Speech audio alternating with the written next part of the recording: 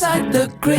It's all for sure. I didn't know. I wonder what it meant to be if I let go and let it flow. Okay, how's it going, everybody? We are back. I am back for another installment of the Erick and Brad Show, episode 72. Spotify, YouTube, Apple Podcasts, whatever you want to do, you can do. Hit like, subscribe. Episode 72 of the show. You can email the show, erickandbradshow@gmail.com, erickandbradshow@gmail.com. I mean, personally, I am so ready for COVID to be just over with and behind us. I mean, because of this goddamn pandemic, I haven't been laid in like 6 years. So you know what? Fuck you, COVID. How dare you do this to us? You know, COVID's only a year and a half old there, buddy. Eric is in Oregon, and I am in North Dakota, where if you've ever driven into the state of North Dakota, as soon as you cross the border into the state, the motto on the sign is actually, God left North Dakota 200 years ago. Episode 72. My name is Brad. This is Eric. How's it going, man? Fantastic, buddy. It's good to see you again. You're like a whole new person good to see you too. over there. No, I'm not. I see that. You got tan lines and everything like that? Shit. No. Well, let's hear it. Did you want to wait, or do you want... Let's talk. Let's talk about some fucking Florida. What about it? What do you mean, what about it? You have nothing to say? I know you got stuff to say about Florida. Oh, my God. It was so craziness, dude.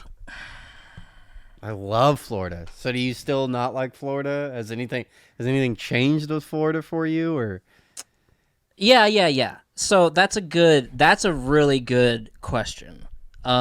Because if the question was going to be how was the trip, that's a really hard question for me to answer.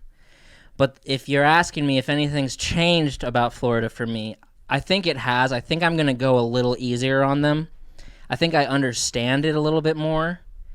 For one, I understand why... Jesus Christ, am I fucking loud as hell in my headphones? I understand a little more why everyone in Florida is so crazy. And it's because of the humidity.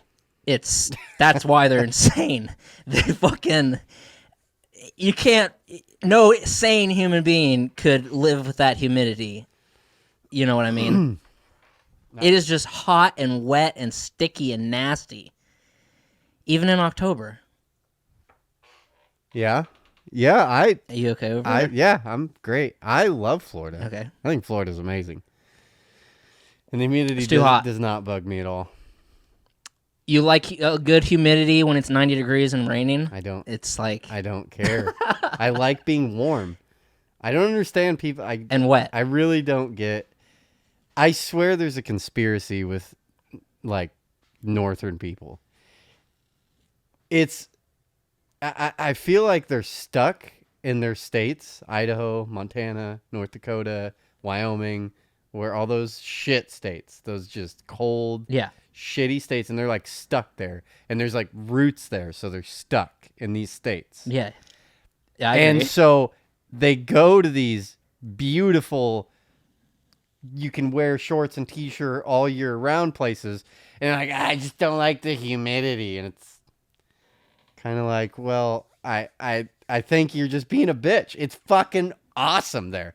When you can wear a t-shirt all year round, and then you're just like, I just don't like the humidity. Okay, yeah, but -20 is just, that's fine. Like, you act like, no, like, God, it's a little hot out too. You act like that's better. You're high as a kite. That's not better. No. It's not better. And I told Floridians down there, the locals, I told them North Dakota's too cold for me, but this is too hot for me. So I'm uncomfortable everywhere. Well, it's funny down there. That's like they're like Mexicans, to where once it hits like under 70 degrees, they have jackets on. You know what I mean? It's like sweatshirts come out. And if it's... Yeah, and they told me... It's 65, they told me the only reason... It is cold out here.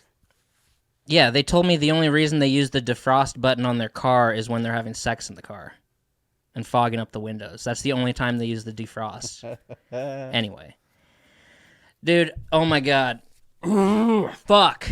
So, we were supposed to leave. So right now it's Saturday the 30th. So we're talking like a week and a day ago. We were supposed to leave Friday at 7 in the morning. Okay. So Thursday night, everyone's packed. Everyone's ready to go. Watching Thursday night football. My alarm set for 4 a.m.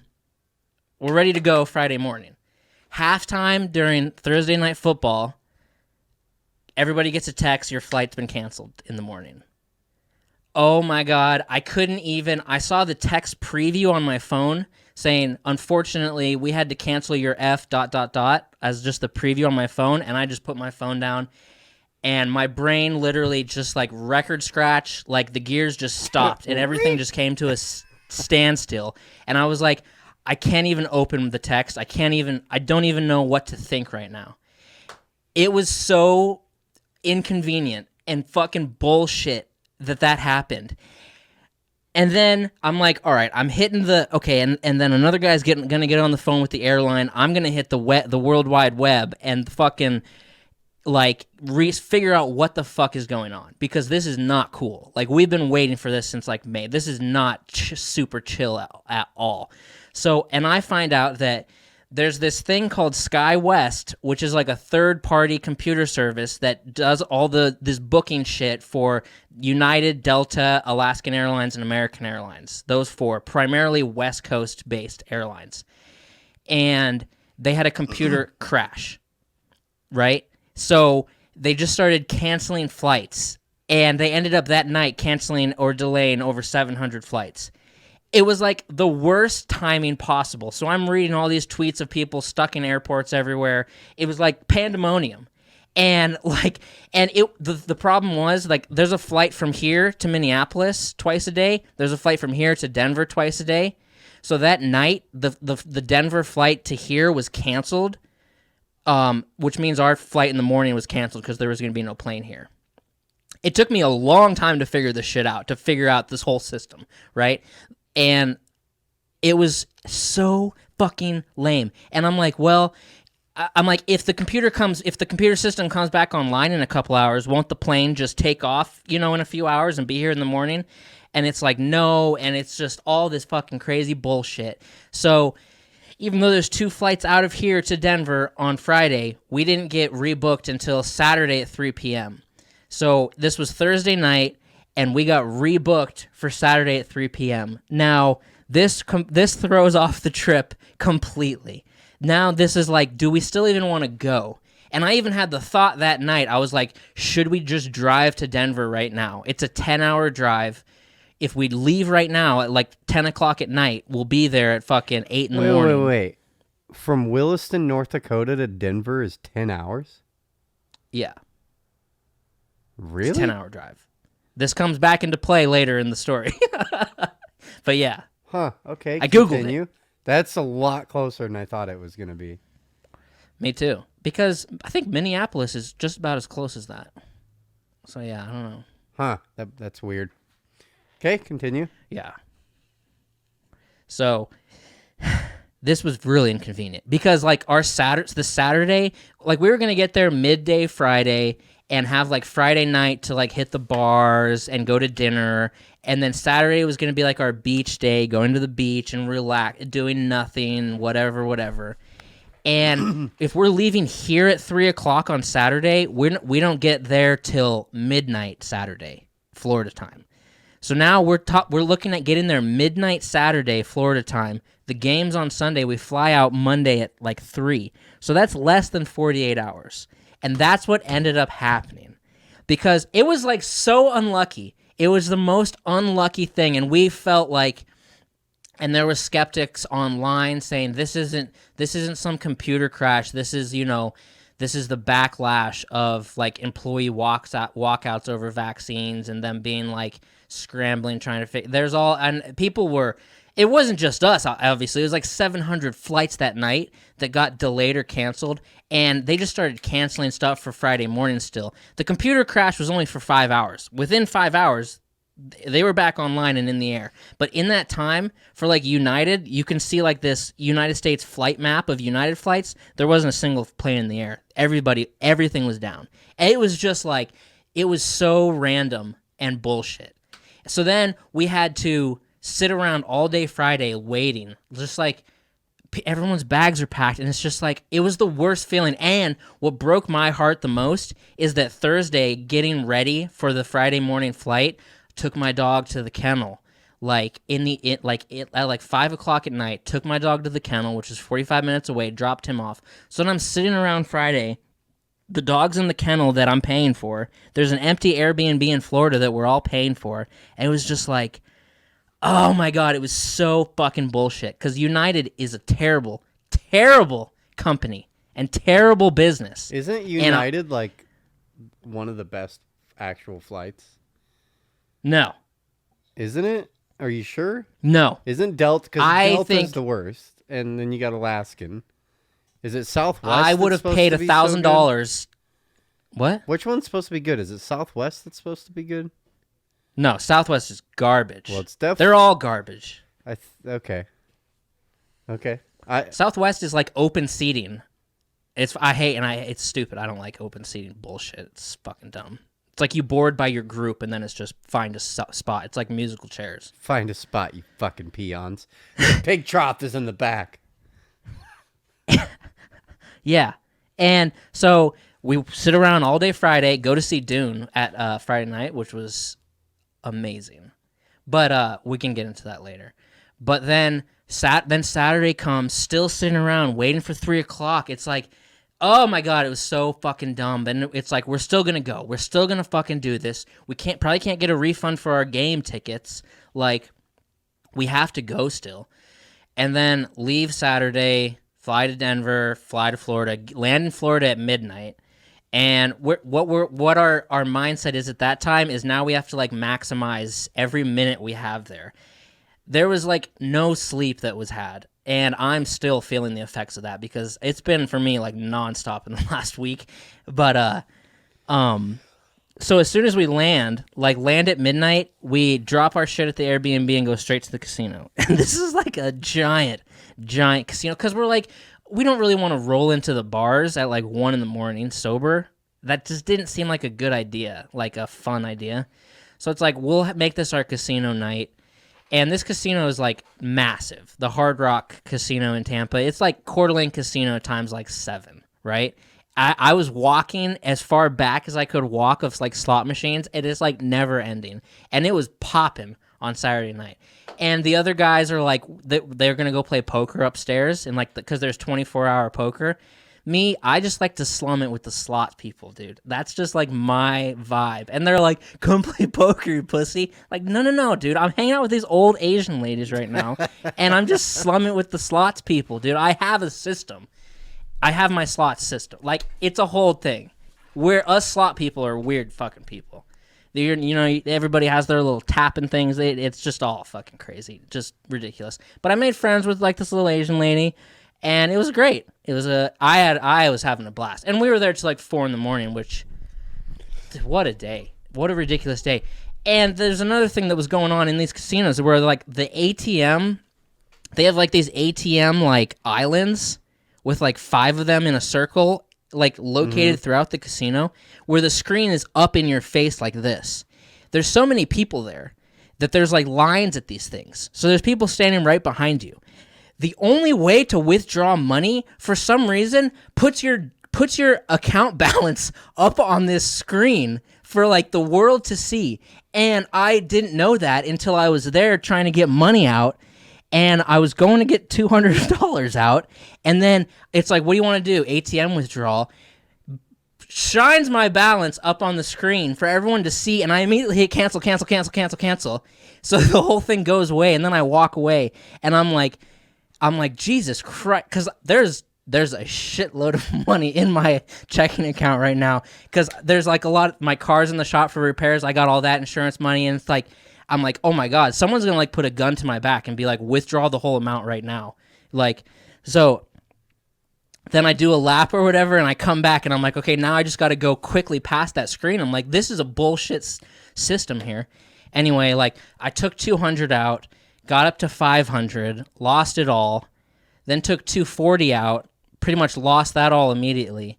And then I was texting the guys playing poker saying, like, I'm stopping now. Like, we need to leave before I spend more money. But they're still up there playing poker and not like responding. Are they playing so I'm a like, tournament or are they playing cash game poker? Cash games.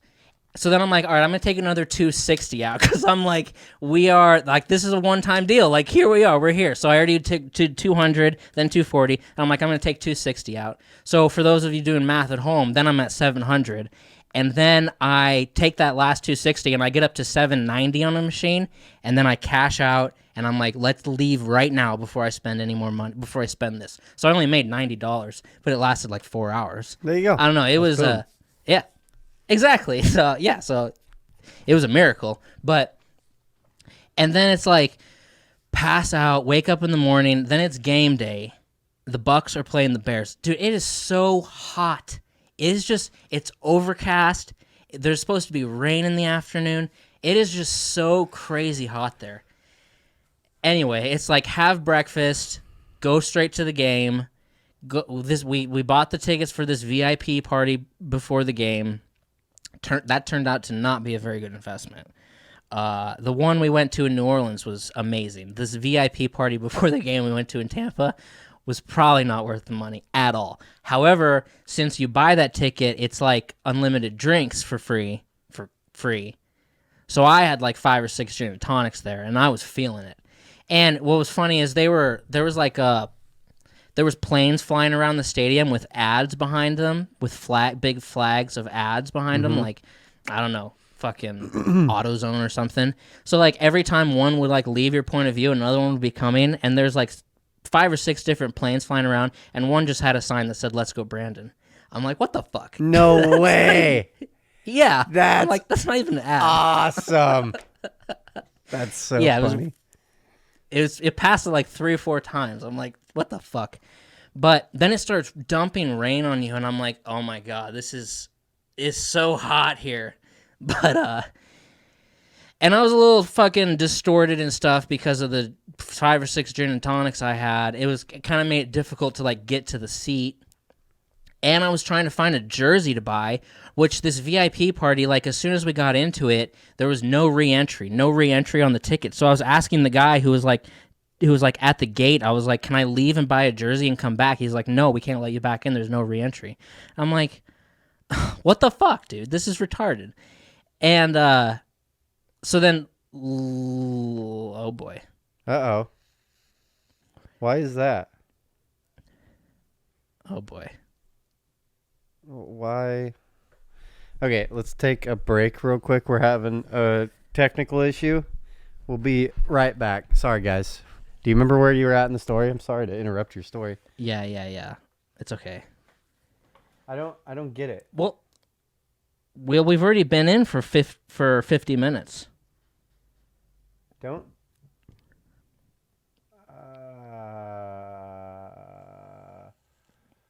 Okay, pro annual.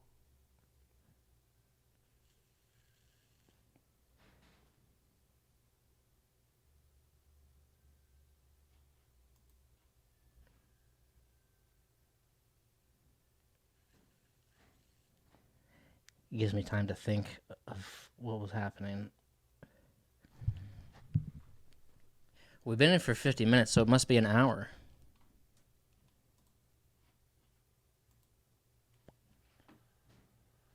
Interested in other available plans.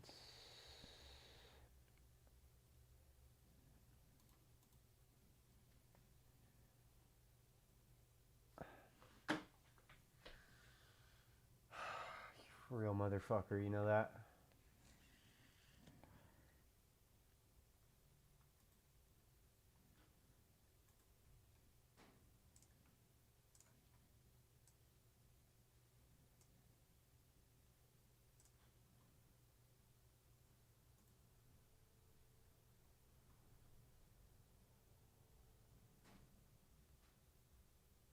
Did they just change that?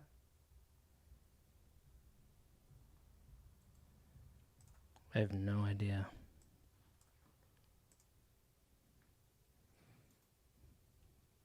I mean, mine says basic. Yeah, the free version, yeah, you only get 40 minutes, which is fucking insane.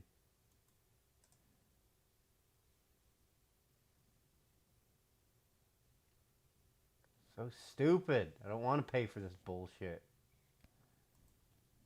Can we close and then reopen and get another hour? Well, yeah, but we're not gonna fucking do that every week.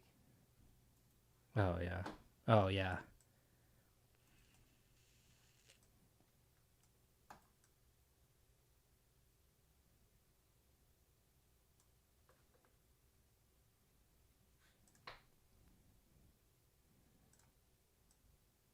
Oh, there you go.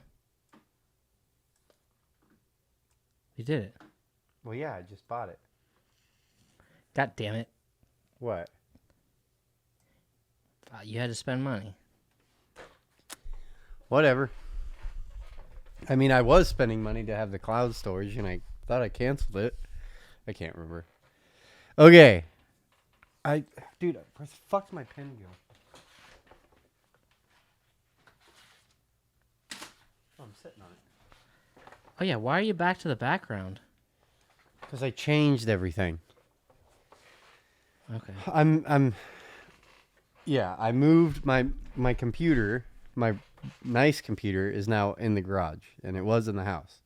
It's coming outside because I'm setting everything up for music, and so it's gonna be music and the podcast. There's a process going on right now. Okay. 20 minutes.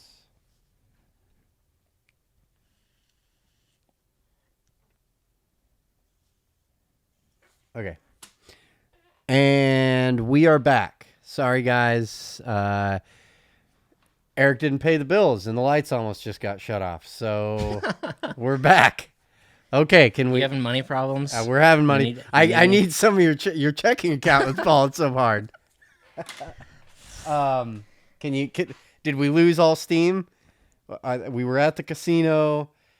We were at the game. At the game. Yeah. But back to the casino for a second. What I just remembered, when I was walking around then with $500-$600 tickets, just trying to break even. I started feeling bad, and I got shit for this from the guys I was with. But I was like, looking at my balance on the slot machine when it said my balance, I started feeling bad because like the people next to me only had like $30 in theirs. So I'm like, I'm gonna go find people who have more money that they're playing with, so I don't feel so bad. So then I just started walking around up and down rows, looking at people's balances. Everybody there was playing with like $7 to like $30, and I was like, Jesus, dude. Well, anyway, there's a lot of people like me. Whenever I play, I have weird theories about slot machines. So yeah, when I go slot machines, I don't put $100 bill ever in a machine. It's always 20s. And usually my theory is to get a wallet full of 20. So I'll get like $200 in 20s. Then I'll put a 20 in a machine. If it goes to $35, I cash that ticket out, put it in my pocket, and then put another 20 in.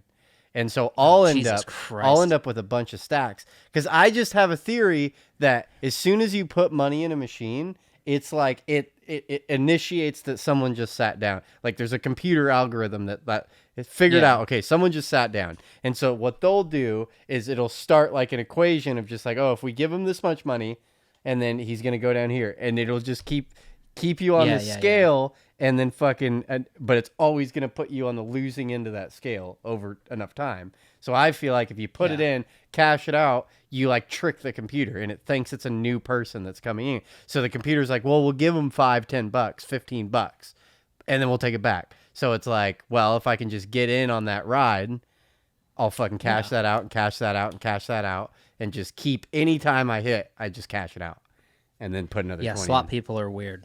Yeah, slot people are. That's just me. So I'm sure there's probably people doing the same thing who are just maybe not. Maybe I'm the only crazy person, but my brain works that way. That's how I play slot machines. Yeah, I don't know about that, but I think it's a great. Everybody there was. I think I'm doing it the best that everybody. I don't. No. Yeah, I'm not doing. Oh, no, but you walking around. $5 over there. Fuck. Anybody got $100 in their machine right now? Yeah. Yeah, I don't know. People, I just got the feeling that everybody there was broke. Really broke. Oh, well, yeah, that's probably a good assumption. Have you ever gone through a parking lot in a casino? It's fucking pretty telling when you go through a parking lot in a casino. It's like a lot of desperation. You just getting out of the parking lot. Yeah, 100%. It was, oh my God, it was crazy. Okay, after that VIP party then, making our way to our seats, still haven't got a jersey since the goddamn thing was no re-entry for this party thing that we went to. Should have, if there was more time in the trip, like, shit was like, it was like running and gunning, like turning and burning, and it was like, so I was like, fuck. So then I'm pretty fucking buzzed, and I'm like, and it's raining, and I'm like, I just wanted to get a jersey, and then I just gave up. I just told everybody, I'm like, it's a lost cause. Like, don't worry about it. We don't have to get a fucking jersey. Then finally find a store inside the stadium that's selling jerseys, and it's like a fucking land rush in there. Like, people are just fucking. It's like Black Friday, and I'm like, poor Brad's had like 5 gin and tonics, and I'm like, God damn it. And so then you're just like shoving people out of the way, and finally get a jersey, and I'm like, woohoo! I can't believe that worked out. But the game was pretty good. I think I enjoyed, as far as like the New Orleans trip 2 years ago, I enjoyed that trip way more than this one. But I think I enjoyed this game way more than that game. Our seats were like 7 rows behind the end zone, which I had no idea where our seats were. I had no clue. I just was following along, and my buddies just kept going down and down and down and down and down, and I'm like, Jesus Christ! Maybe this is why it was so expensive. Like, we're like right here, and which was pretty cool because the first quarter the Bucks were coming towards us, so they scored like 3 touchdowns in the first quarter. It was a complete shit show of a game. Like, it wasn't even close. But the third one was Tom Brady's like 600th touchdown, which is the top of all times. And we didn't even know that until after he scored it.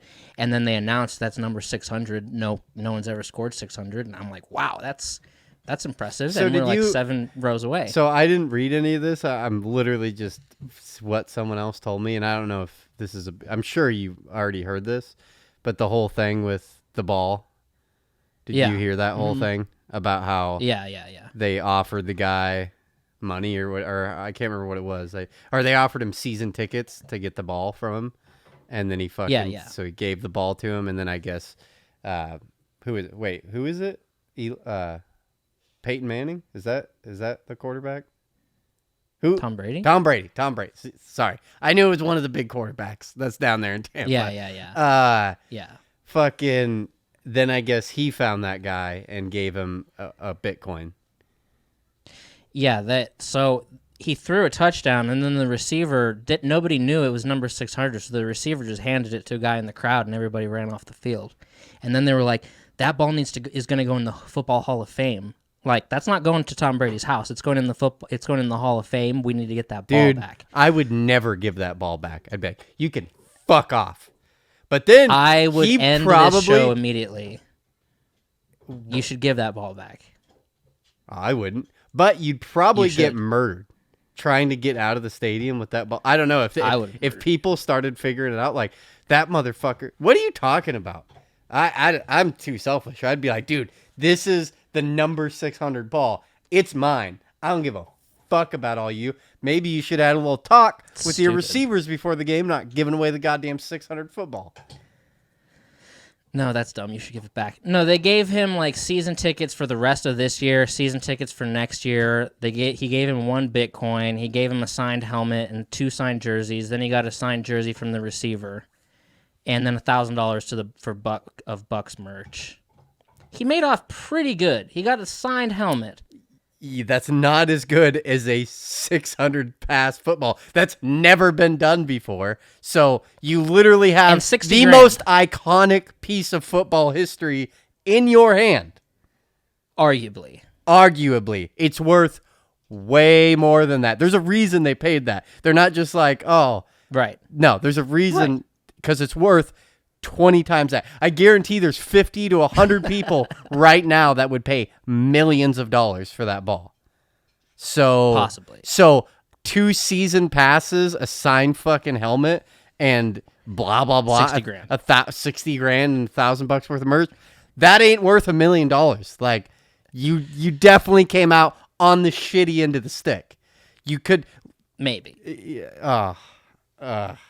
Maybe. I don't know. I would have. I don't give a fuck. I would have. Maybe that's what makes me such an asshole. But I would weigh like what's gonna benefit me more. I don't give a fuck about Tom Brady. It's like you handed me the ball. It's my goddamn ball now. Like, well, you do give a fuck because you're a Bucks fan sitting in the front row. But you live in Tampa. Now I'm the most iconic fan in the world that has the 600 football. So now I'm famous. If he would have held on to the ball, he would be famous.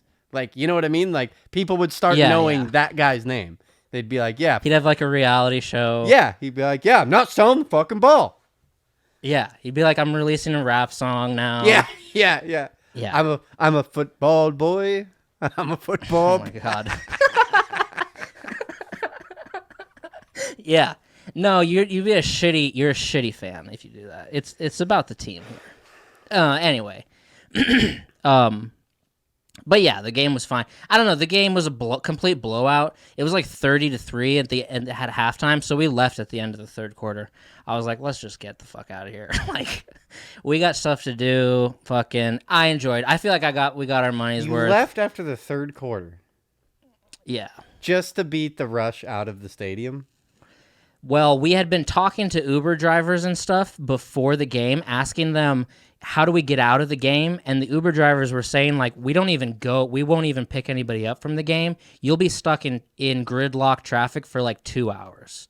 You know what I mean? So a lot of people were leaving, and we knew we had to walk a bit away from the stadium and then call like an Uber or something.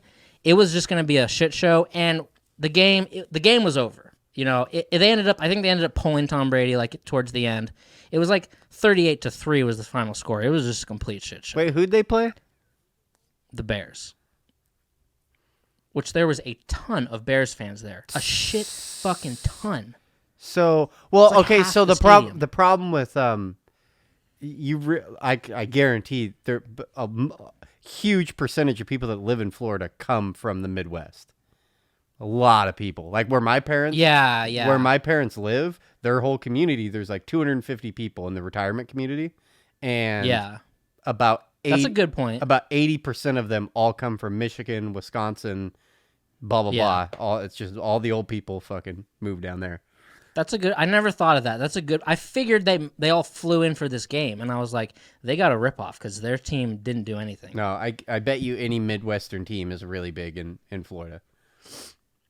That's interesting. The Vikings are probably really big there. Fucking blah, blah, blah. Yeah, you're Green Bay maybe. Yep. You're probably right.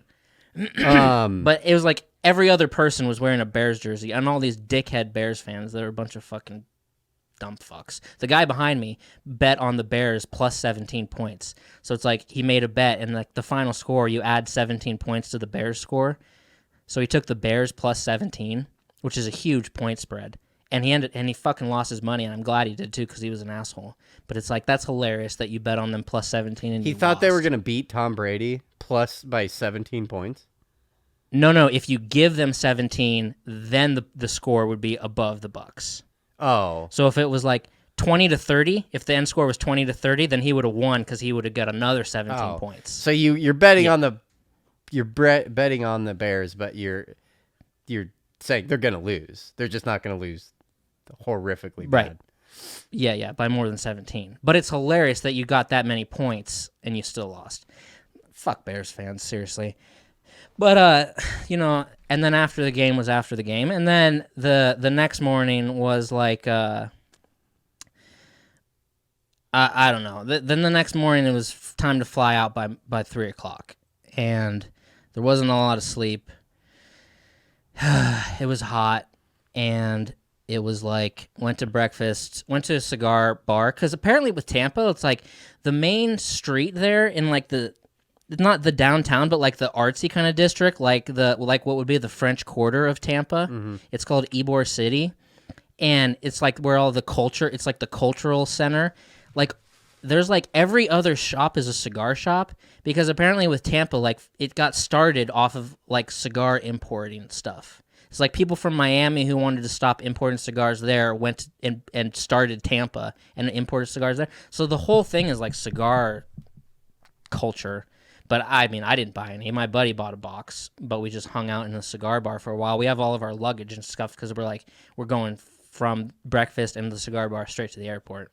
Man, that is something listening to a lot of comedians.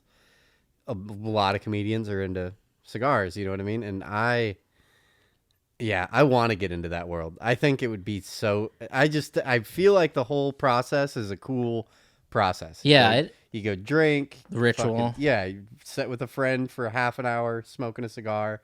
It's like a thing you do. It makes me nauseous. I've never really done it. I've never smoked a good cigar. You know what I mean? I don't even know what that tastes like. And I really don't even know how you're supposed to do it. I don't know if you're actually I feel like I want to go to like a class. Like have a professional fucking cigar person like, no, this is what you do. This is how you do it. Cuz it's like I don't understand, like, you're not supposed to inhale it, then why are we smoking a fucking cigar? That doesn't make any fucking sense. I'm just putting it in my mouth and blowing it out, like... Yeah, for taste. Well, is it really that way? Or do you kind of take some every once in a while? You know, do you... No. And then you let a little bit into your lungs and like, okay, No, I don't think so. I mean, this cigar, like a cigar is gonna take you like an hour to smoke. So imagine you're just chain smoking cigarettes for an hour. I know, but every 8 drags, you get a little drag. You know what I mean? Yeah. I mean, maybe my problem is I was inhaling too much, and it was just making me want to puke. I was like, I can't finish this. Because we used to smoke cigars when we were little boys. Yeah, and I did that too, and I don't even know if I was doing it properly. But it'd be fun. I'd love to go to a class. If you just go to a cigar shop and like ask the guy, hey, how do I do this? He's going to talk for like 45 minutes and to give you all the information. Yeah, you know? And I've never done that, so I don't know. Yeah, I have no interest in it. But so then fly out at like 3 o'clock from Tampa to Denver. And this is Monday. Get to Denver at like, I don't know, 6 or something because of the time change. 6 or 5, maybe 5. And eat dinner and hang out at the airport. And then we're sitting at our gate for an 8 o'clock flight to Williston from Denver. And it gets delayed for 12 hours. United. And it's just like, what the fuck, dude? And it's like, your flight has been delayed 12 hours due to lack of staff, lack of crew. And we're like, this is fucking crazy right now. If we hadn't been canceled on the beginning of the trip, it might not have been that bad, being delayed 12 hours Monday night. But we were hearing stories about people from Williston who have been stuck in Denver for 3 days at that point. Because this last weekend was just a giant shit show with fucking flights. And I'm like, and they're like, we booked you 3 a hotel. You each get your own room and whatever. And it's like, no. Fuck this, dude. So I tell the guys, I'm like, dude, let's just drive. Let's just fucking rent a car and just drive. And they're like, well, we'll get home at the same time. And I'm like, okay, but what if we get back here at the airport tomorrow morning and the flight's delayed again? Like, if we actually do something and take control of the situation, we will avoid putting our lives in this fucking shitty airline's hands, and we can just take control and drive through the night. So we're like, okay, well, let's go. Let's get home. Fuck this shit. Let's just get home. So we take a shuttle to the car rental place, and I'm Googling, we have 3 car rental companies here in Williston, Enterprise, Hertz, and Avis. So I'm like, well, we'll get a car from one of these 3 companies so that we can drop it here at the airport here. Go in there, now we're at Enterprise at like 9 o'clock at night in Denver. 3 companies, Enterprise, Hertz, and Avis, no cars available. Not a single fucking car. And I'm like, what? And it's not just us. We're on a bus full of people with canceled United flights. Not going to Williston, going to New York and all these other places. And everybody's United flights are all delayed and canceled and fucked up. And no car available? You're a car rental company. That's like being like you're an oil company and you don't have any oil. We don't have any oil. We're an oil company. We have no oil. Or like you're a video game company. You have no video games. You have a movie company. You have never made a movie. It's like, what? How do you have no fucking rental cars? And one of them was saying, oh, no one way available because they don't want a car dropped off in Willis, North Dakota, apparently, because like they're never going to get it back.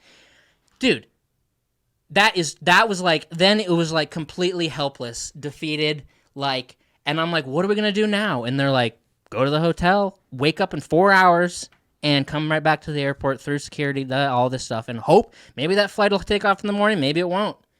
And I'm like, dude, I had so much stuff to do the next day on Tuesday. I had to get the dog. I had to drop my car off for the repairs from that day that I had that was worse than yours. I had a whole evening to do to get ready for work on Wednesday because I have to be back at work on Wednesday. And I'm like, once again, like, I can't get back to my fucking dog and we're going to be stuck here forever. This airline is fucking bullshit. And I'm like, in December, when I have to fly to California, like a month from now, which I'm not looking forward to, it's United to Denver. From Williston to Denver again. And I'm like, I'm changing that fucking flight. I'll pay $1,000. I don't care. I'll fly to Minneapolis, then to Denver, then to California, then to Denver, then to Minneapolis, then to Williston. I'm like, I'm changing that flight. Now, looking it up, I don't think I'm going to be able to change it. And I think I'm going to be stuck on the same United to Denver fucking bullshit flight. Go to the hotel with a bunch of other United passengers, and this is the thing where it's like your buddy's telling you about like a bad waiter he had, and he wants you to be as angry as he is, and you're like, whatever, dude, I don't know. And I know that's what it's like. It's like, yeah, okay, you got stuck in Denver for 12 hours, whatever. And there was a phrase that was muttered in the fucking dark shadows that night, not by me, but by somebody else, but I won't name who it was because I don't want to ruin anyone's fucking reputation. But the quote that was muttered was, it was a miracle 9/11 even happened since those were United flights. And fucking seriously. Lack of crew? No. This is and the problem is that the whole entire country is broken right now. There's no rental cars in Denver. There's no fucking crew for United Flight. You only need 2 guys. We don't need drinks back here. We don't need to go through the safety things. You need 2 pilots. That's it. Like, lack of crew. This is some fucking vaccine walkout bullshit or something. And I blame United. I blame China. And I guess I blame our president. And I also blame North Dakota, because I blame North Dakota for almost every problem in my life. Mainly I blame China, because this is all COVID-related bullshit. The country is broken, and that's why it's like, don't leave your house. Just don't leave your house, because if you go somewhere, you're risking just getting caught in the chaos, like caught in the shit show. Now you're on a shuttle bus in Denver, like, fucking, oh my God, it's just ridiculous. The rental car thing, like, put me over the edge. And I was telling them, I'm like, I swear to God, if something happens to my dog because of this or something like that, I'm quitting my job and I'm packing up and I'm leaving, and you can hold me to that. Like, this could be the end of it right here. And then gets to the airport the next morning, through security at the gate. All right, plane's here.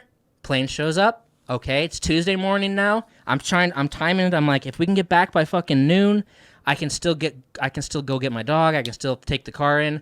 Like, I have so much shit to do. I'm like thinking way ahead. Plane's there. So it's like, all right, everybody board on the plane. Bags are up, seatbelts are on, go through the safety thing.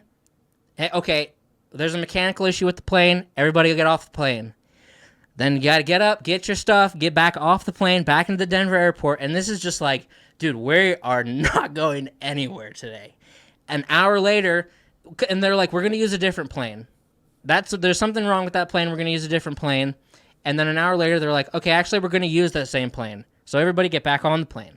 So then everybody gets up and gets back on the same plane, go through it all again, and then it takes off, and then we get home. It was crazy. Yeah.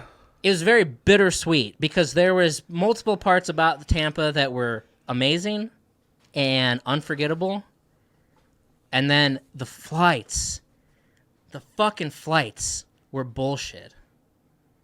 I need to blame somebody. I'm blaming the Chinese for covering up COVID and bringing the whole world to its knees. and I'm blaming United because that was a pussy move of them to cancel that flight out of here instead of just delaying it. And then I blame, I don't know, North Dakota, because there's only fucking 2 flights every day, and that's on them too. If you were flying to LA or something, they would just delay you for the next flight in an hour, when North Dakota, if it's a delay, it's going to be a 12-hour delay. I got to check. I'm so sorry, but my daughter's yelling my name from outside, so I got to make sure everything's all right. I'm sorry. Am I still talking? Okay, I'm still talking. I don't know, dude. It was just like, it was defeating, but it was cool. I mean, the casino part was good. The game was good. There were other things that went down that were good. And, you know, the pictures were taken for Instagram. Fucking call it a success. But it was I don't know if you call it a success. Maybe you would just call it a tie. Your trip? Tie? I didn't. Yeah. Those last few words didn't make sense. I mean, would you call it a complete loss? Would you call it a victory? I can't call it either. Yeah. We planned a great fucking trip, a great perfect trip, and it got crippled by United Airlines, which should be, criminal charges should be placed against them, I feel like, for that bullshit. Now I'm once again flying on them. You have to be vaccinated to fly? No. Not yet, or? No, you don't have to be vaccinated to fly. Oh, okay. I took my vaccine card. I never had to show it. Good luck trying to find a mask in Florida. That's awesome. I was talking to the guy I was talking to there that said they only use the defrost button in their car when they're having sex in it. Said, yeah, nothing down there changed because of COVID. Like, they haven't changed anything. Yeah, it's Florida.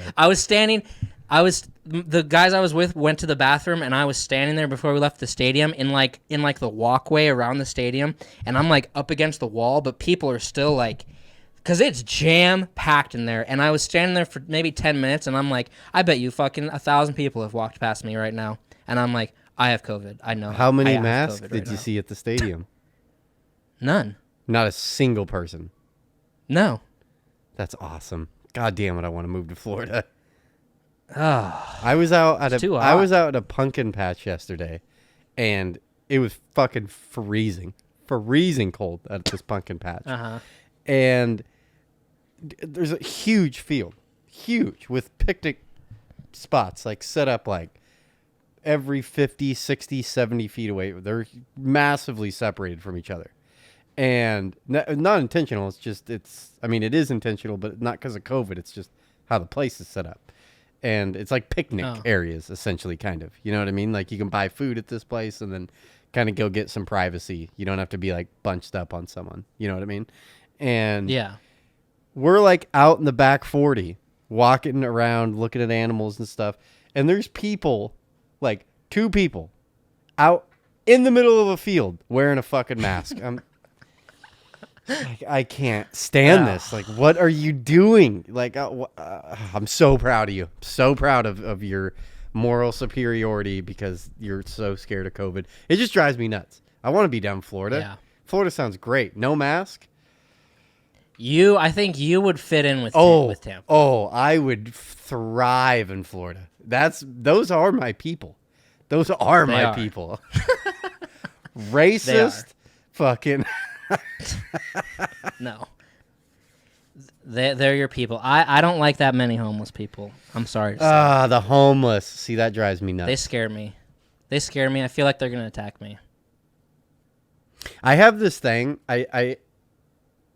Whenever I'm like in a city, I don't know. I've always felt really comfortable in cities and around like bums or like hood areas, just because I don't know. I try to give a vibe off like I'm crazier than everyone else around me, and I seem like it's worked for my. I always make sure my tattoos are out because I got a bunch of shitty tattoos. So it's like at least that kind of gives a sign off like maybe he's made some bad choices in his life. You know what I mean? And fucking Yeah. And just try to kind of look angry, you know, a little angry and just. And I've never been fucked with. Never. Not once. Not any city. And I've definitely done things that aren't smart to do. Been in places that it's like, why are you walking around at 1 o'clock in the morning, you know, in a seedy spot in Seattle? You know what I mean? It's like, that's not the best decision to make. It's like, well, it's always worked out. Yeah. Well, doing the research on our Airbnb, there's a 7-Eleven 2 blocks away. When we were looking on Google Maps, and I was like, well, that's cool. We can go there and get drinks or whatever, or beer or snacks. But I'm like, I don't know if we should make that 2-block walk at night. And then when we got there in the taxi, the street that 7-Eleven is on is Martin Luther King Jr. Boulevard. And if you know Chris Rock says about Martin Luther King Jr. Boulevard, like, bad things are going down there all the time. Like, any city you go to, there's always a Martin Luther King Jr. Boulevard, and it's always the most dangerous street. So I'm like, I'm not walking there at night, dude. I'm just not doing it. Well, Sunday night, we walked there at like midnight because one of the other guys was going to walk there to buy beer, and I was thirsty for Powerade or water or something, so I'm like, I'll go with you. But I'm like, this is it. I felt like when I was there, like within 6 feet from me at any time, there was a gator. I fucking felt it. Dude. Just downtown, just rah! And if it's not a gator that's going to get you, it's going to be homeless people. I mean, I outside of the 7-Eleven, I gave some guy like 47 cents, but I was like, this is a bad idea to make this walk. But we survived, barely. Almost died. There was nothing, an actual threat, but just in my mind. Almost died. Yeah. Yeah. It's a good thing you didn't get an fender bender down there. You would have had a fucking full-on meltdown. Yeah, it's crazy. I mean, big city life is not for me. When I was like in high school or whatever, I was like, I'm gonna live in a big city because it's awesome, and fuck this small town, you know. I'm getting the fuck out of here. I'm gonna live in a big city. Now I'm like, nope. I like the small town life, dude. If it wasn't for woke bullshit, I am a city person. If it wasn't for the climate and how everything is, because cities are just protests, are PC havens. And I can't. Yeah. If it's not for that, though, I love a city. I love going downtown at 3 a.m. and you can go get amazing food. You know what I mean? Go to a food truck where it's just food everywhere. And it's like, fuck yeah, that's great. Everything seems lively. And Sandpoint, it's like if you go downtown at 3 a.m, there's nothing to do. There's not a person on the street. You know what I mean? Not a single person. Right. I love going down and just things are happening. You know what I mean? Fucking, that's a good feeling. I don't need it. Yeah, I get what you're saying, but it's not for me anymore. Yeah. Well, it's not for me anymore either, but it's not because I don't like that. It's just city. All the cities are ruined. They're just, now they're weird. Cities are just not cool places. In weird. Portland, you used to see a lot of just people walking around and artsy shit and, you know, like community shit. And now you drive through downtown and it's just hobos or someone like directly on a mission going somewhere. You know what I mean? Not like walking down the street looking up at buildings. The police building and the courthouse are just completely boarded up on the first level. You know what I mean? Like it's just, it's not the same. Cities are not the same. Whenever I'm walking around a big city, I just don't understand how people are making a living there. I'm like, what is everybody doing here to make money? I just don't get it. Yeah, I always want it. What drives me nuts, I want to, like in Portland, Seattle, any of those places, I always just look up at the skyline, or the skyscrapers, and, you know, usually it's like 50% of the buildings are apartment, you know, like living condos and shit. Yeah. Yeah. And I always am just looking at those top 2 floors of all those buildings are like, who the fuck lives up there? You know what I mean? Because they're always like so sick. And you know, the top level is usually they own the whole fucking level. You know what I mean? It's not a quarter where the rest of them are all cut into quarters. It's like, so that dude on the top floor has a balcony, you know what I mean? A roof, fucking, I don't know. I've always wanted, every city, I always look up at those buildings. I'm like, man, something, I bet it's cool as shit up there. I bet it's rad as fuck. And it'd be so fun living that. I would love that. If I had money, that'd be a cool life to live. Like if Portland wasn't fucked, it'd be so sick to live in one of those downtown fucking apartment buildings, top floor. You know what I mean? You could be like at a bar, like having a good time and like, hey, let's take this party up there. Anyone, it'd be so fun. You know what I mean? You don't have to get into a car or do anything. You just like, yeah, I'm 2 blocks that way. Let's go that way. Take an elevator up to the top floor. It's like, fuck. That'd be cool. Be amazing. That'd be a good life to live. That would be a good life to live. I don't know how to do it, but I don't know how to do it either. I heard, this day and age, we're not shy on advice.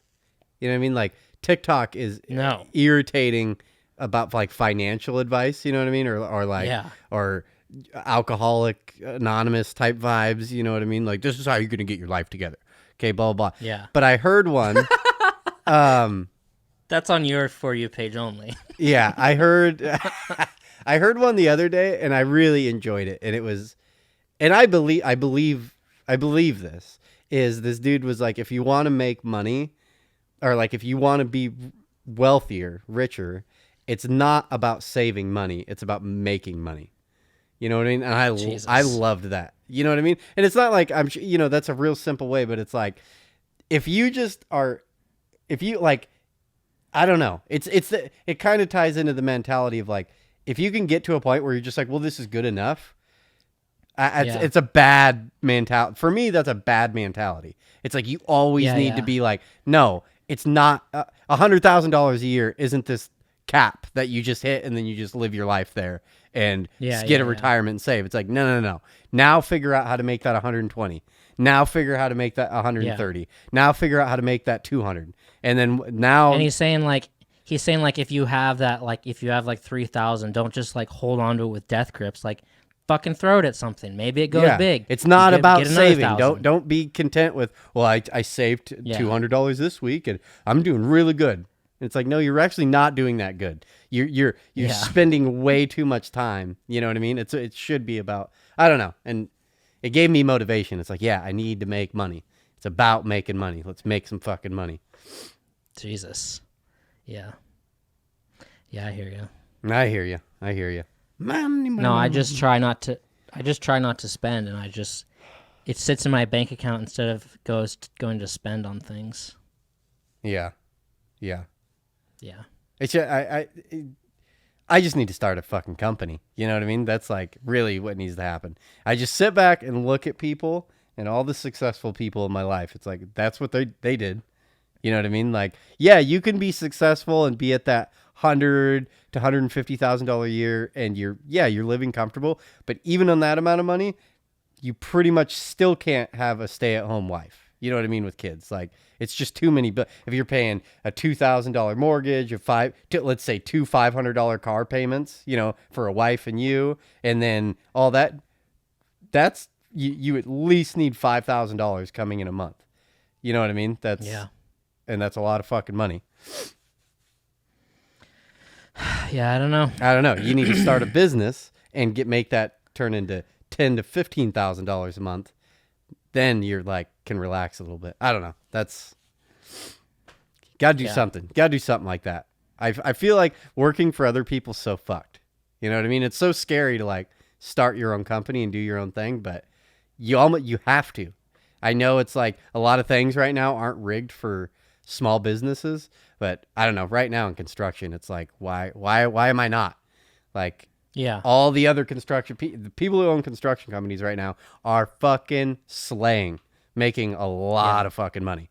And it's like, all I'm doing as a carpenter is making other people lots of money. Yeah. Yeah. Because they're paying you, $20 an hour. Yeah. Because they're making $80 an hour off of you. Or whatever. More, and a lot more than that usually. A lot more. Yeah. Yeah. I don't know. You can go check if you have to. Well, now there's sirens outside and shit. Fucking Jesus. Dude, this kind of ties into a thought process I've had lately, dude, is having kids. I don't know if it's this day and age. It's really hard for me to the constant worry over once you have like other people that you're responsible for.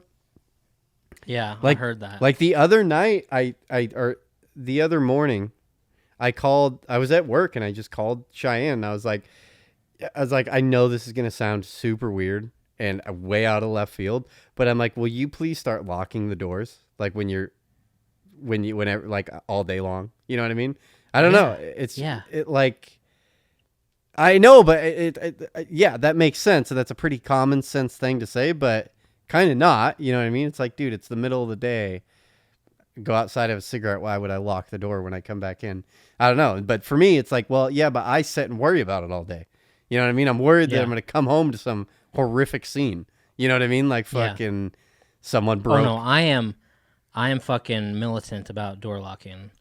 And I was really lazy about it before, but then once I lived with my buddy John, it was like door locking is a thing. Like, don't care if you're coming in for an hour to your house or whatever at noon.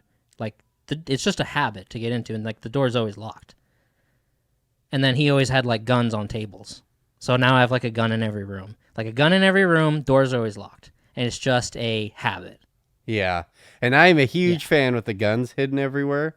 I try to hide them. I don't like them out and about. But then now I'm into the problem with kids. And I grew up, not when I was when I was a young kid, my parents didn't have guns out and about. We had guns, but they were locked in a closet. Yeah. Once my mom and my stepdad got together, so I would have been like 12 or 13. Once we moved in with him, there was always shotguns behind doors. You know what I mean? Like, just back there. But I was old. I feel like it's a little different because once you hit 12, 13, I understood. Don't fucking touch the gun. You know what I mean? Like I'd get my ass shot beat. him before. I'd get my ass beat if I went over and touched the gun. You know what I mean? Like fucking. Yeah. But it's weird with 5-year-old. You know, and it's weird. Honestly, I'm not worried about it. I mean, I kind of am. That's another one of those weird fears you have. Like, what if? What if that happened? What if this happened? What if that happened? But I feel a lot of it is just being an organ and being super judged. You know what I mean? Like, that is not something you do in Oregon. And a lot of people be like, you are a horrific parent. That's another fear I'm having lately is my kid at school. I'm so worried she's going to be at school, say something to the teacher, and they're going to be like, what does your parent say? You know what I mean? And like, oh, they're in a dangerous situation. You know what I mean? They have guns and they fucking, blah, blah, blah, blah, blah. Like, I was honestly nervous to talk about hunting with her. And I'm like, she's going to go to her school and start talking about hunting. And you know what I mean? And the teacher's going to be like, oh, like. Yeah. No, that's a valid fucking fear. I'm so worried the teacher's going to like call CPS and be like, yeah, these parents are fucking racist bigot people. You know what I mean? Fucking, we need to look into them because this isn't a healthy environment for these children. Yeah, I watched some of his podcasts, and this is all the proof right here. Oh, Jesus.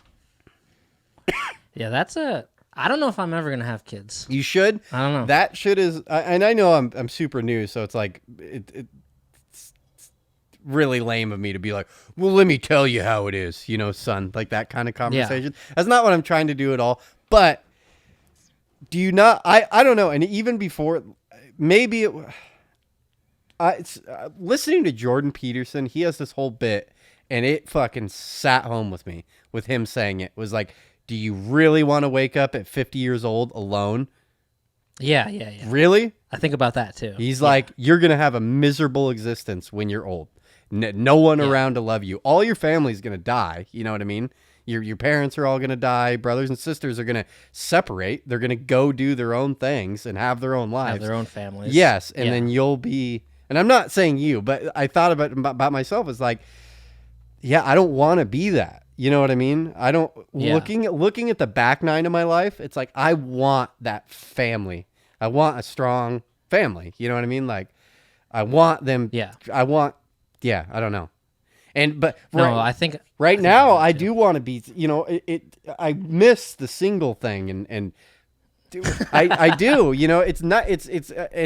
I'm so new to everything that it's a lot of times I'm like, man, I just want to fucking So what if on a Friday night I don't want, like, it's like, fuck, I went from a place where I didn't have to ask permission for anything. I didn't have to talk about it. You know what I mean? On Friday night at 9 o'clock, I'd be like, I'm going to go to the bar. Fuck it.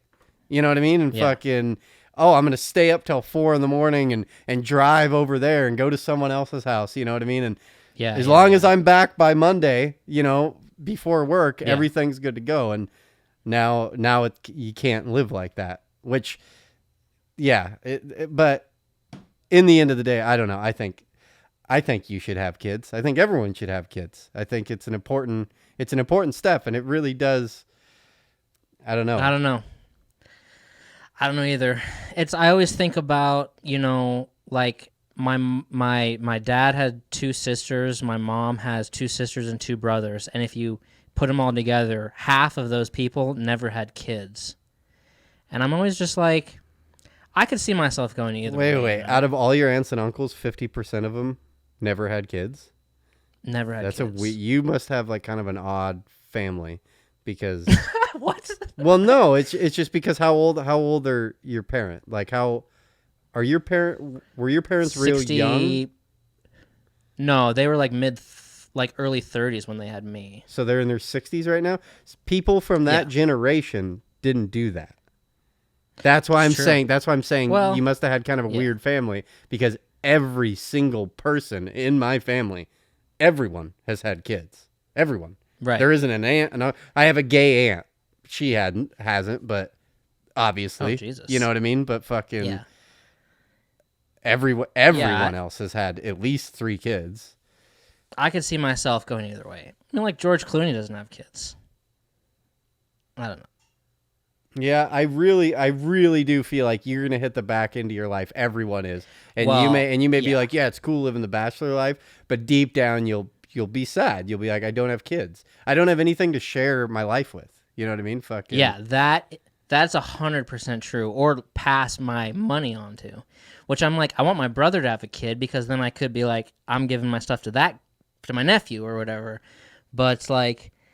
I think about that too. When you're old, you don't want to be like dead in your house for like a month. Okay, now and nobody check. Now I'll disagree with you a little bit on the money thing because my parents have a system worked out and they've talked openly with all the kids about it, and I embrace this is how I will be. Is that money's mine and I'm spending that shit before I die. Any amount of money I make, no, they're not. Oh yeah. No kid is getting any dime of that. Maybe a little bit of just material shit that'll get passed down. But it's like, if I have $3 million in the bank and I'm 70, that $3 million is getting spent. Hands down. Yeah, I'm not going to do that. Like, I'm going to start spending money. If shit starts heading down back into my life, like I'm buying a $200,000 car. I don't give a shit. Like we're spending this money. We're going to have some fun. Yeah. I'm not going to work my whole life to give it to my kids. That's just a basic concept I have with raising kids is I love the fact that my parents did that because it just forces you, like, you're never going to get anything out of us. Anything you got to do it. We're not giving you shit. And I mean, they've helped. I hate to, sometimes I say that and it's like, okay, I'm a little unhonest. Like it wasn't just cut off, go fuck you. They'll help with things. You know what I mean? Like, oh, you're going through a hard time, you know what I mean? That type shit. But I think it's important. And I think every person I've ever seen that their parents are very the opposite of that, like keep helping them, give like, hey, we'll co-sign and sign you into a car. And then a few years later, we're going to buy you a house. You know what I mean? We'll co-sign on that. It's like, there's no responsibility with that person and they've ruined that kid. And then you get 35-year-old children, you know what I mean? That have no. Well, I'm not going to do that. You're very mature, but as far as kids, I think you should have kids. But I mean, you can't just make kids appear. You got to have a relationship with someone and fucking, you can't be like, yeah, I'm going to have kids. If you're not having sex for 6 years, there's a few steps that need to be taken before we get to this conversation. Yeah, you have to get a match on Tinder first. Yes. No, I'm 50-50. Either, I don't know. One way or the other. We'll see. I'm not trying to dig into your life. I don't know. It's just a good topic, I think. Yeah, fuck off. Okay. So I saw some movies. So I mean, we're like 3 weeks removed from me doing a show, which we're gonna have Aren't bars we're gonna open have to get to. in North Dakota? Yeah. So Yeah. you're bitching about getting laid and getting Tinder matches, and you're just out here watching a shitload of movies. Go out and fucking mingle, bang some fat girl. Dude. Like I don't know. The fucking the laid thing was a joke, dude. Yeah, okay. Don't worry about that. I mean, before I left, like 2 weeks ago, I went to a movie on Friday and a movie on Saturday. I went to movie theater back-to-back days, and I was like, I'm excited to do this. And I went to see Many Saints of Newark, which was the Sopranos movie. I was the only one in the theater. It didn't live up to the hype. Then the next day, I went back to see the last James Bond movie. Fucking loved it. It was so good. I thought it was great. I liked it. And that theater was pretty full, and it was like the last Daniel Craig Bond movie, right? Isn't it cool with that guy? Are you gonna talk about that movie at all? Well, maybe. I mean, that guy who played Freddie Mercury or whatever, Rami Malek, played the bad guy in it. But I enjoyed it thoroughly. And I'm not some big Bond guy, but I've seen all of the Daniel Craig Bond movies, and I was like, I wonder how they're gonna end it. And I was like, that was pretty damn good. And you know what? Daniel Craig deserves to be knighted by the Queen of England because he's a British actor. He got a star on the Hollywood Walk of Fame. He deserves to be knighted. I say you should knight the man. And thank you for your Bond. Thank you for Bond. He's probably the best Bond. I haven't seen the movie. I've heard quite a few hot takes on the movie so far. Shapiro came out and said that if you really break down the movie and like what is a good story, he's like, it's a horrific story. Yeah. He's like, it's really shitty. He's like, you can take he's like, you can take the very end and the very beginning, and that's the whole movie, and then everything else in between is just bullshit. There's no real plot. Yeah. There's no real like. Yeah, that makes sense. There's no, and he's like, so it's not a good movie as far as storytelling. You know, that was what he said, and he was arguing, you know, Casino Royale is probably the best James Bond movie ever made. And for me, hands down, that James Bond is epically good. I'm going to play some poker and then go beat the shit out of some people and go back to playing poker. Fucking awesome. That is classic Bond. And they say just when it comes to poker, that's one of the best like poker card scenes in film in Casino Royale. I don't know. Yeah. It's a great. It's been a hot minute since I've seen it. But what I was really talking about at the beginning is, and I didn't know this, I was just listening to a podcast and they were talking about it, is that movie was set to be released like a year and a half ago. Yeah. And they've just been holding, because they put so much money into the movie, they're doing a timing deal. They were not going to release that movie when it was due to be released because they weren't going to make a dime, and they had spent way too much money on the movie to not make a dime on it. Yeah.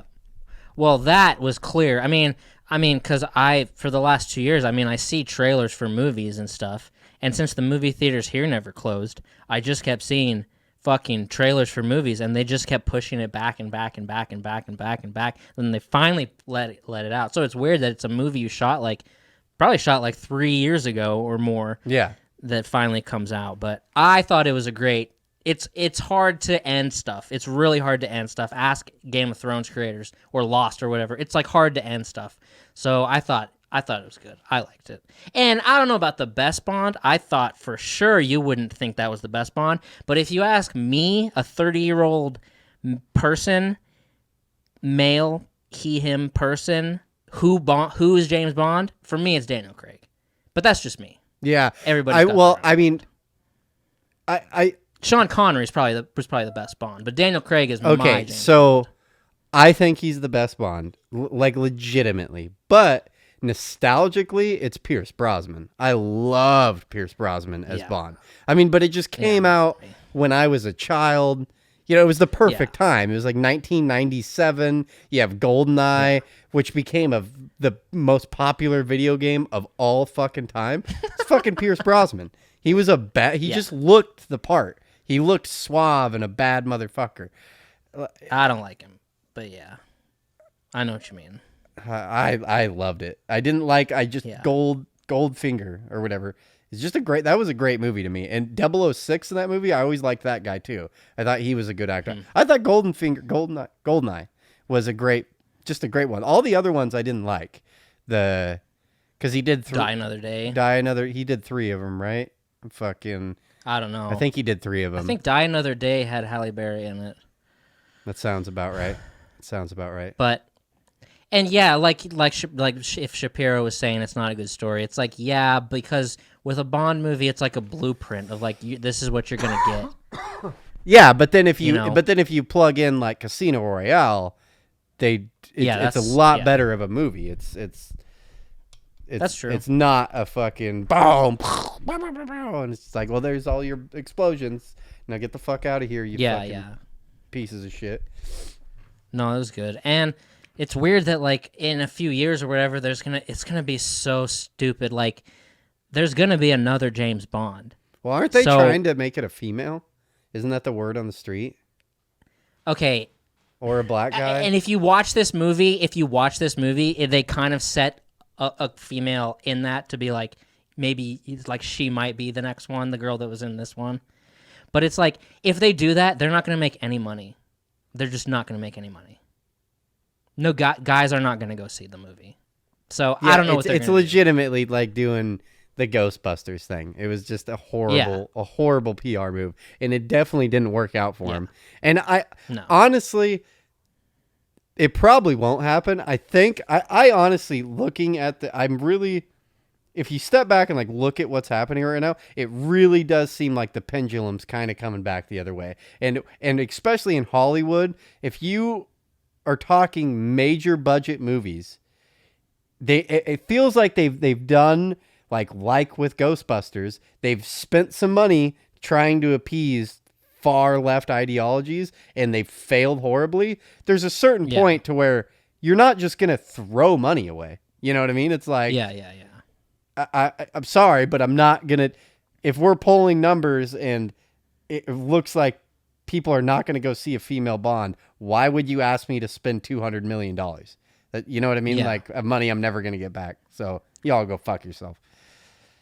Because women are not going to go see it, and guys are not going to go see it. I mean, I don't know. So dude, whatever. Do whatever you want. Sorry to go down this path, but recently, like this last week, I don't know why it keeps popping up in my brain, but it just infuriates me. The women's soccer players that are demanding equal pay, and it's like, I just don't get it. It's like no one is watching your sport, and I am sorry that no one is watching the WNBA in women's soccer. And I know, which is funny because women's soccer, we have the best women's soccer team in the world.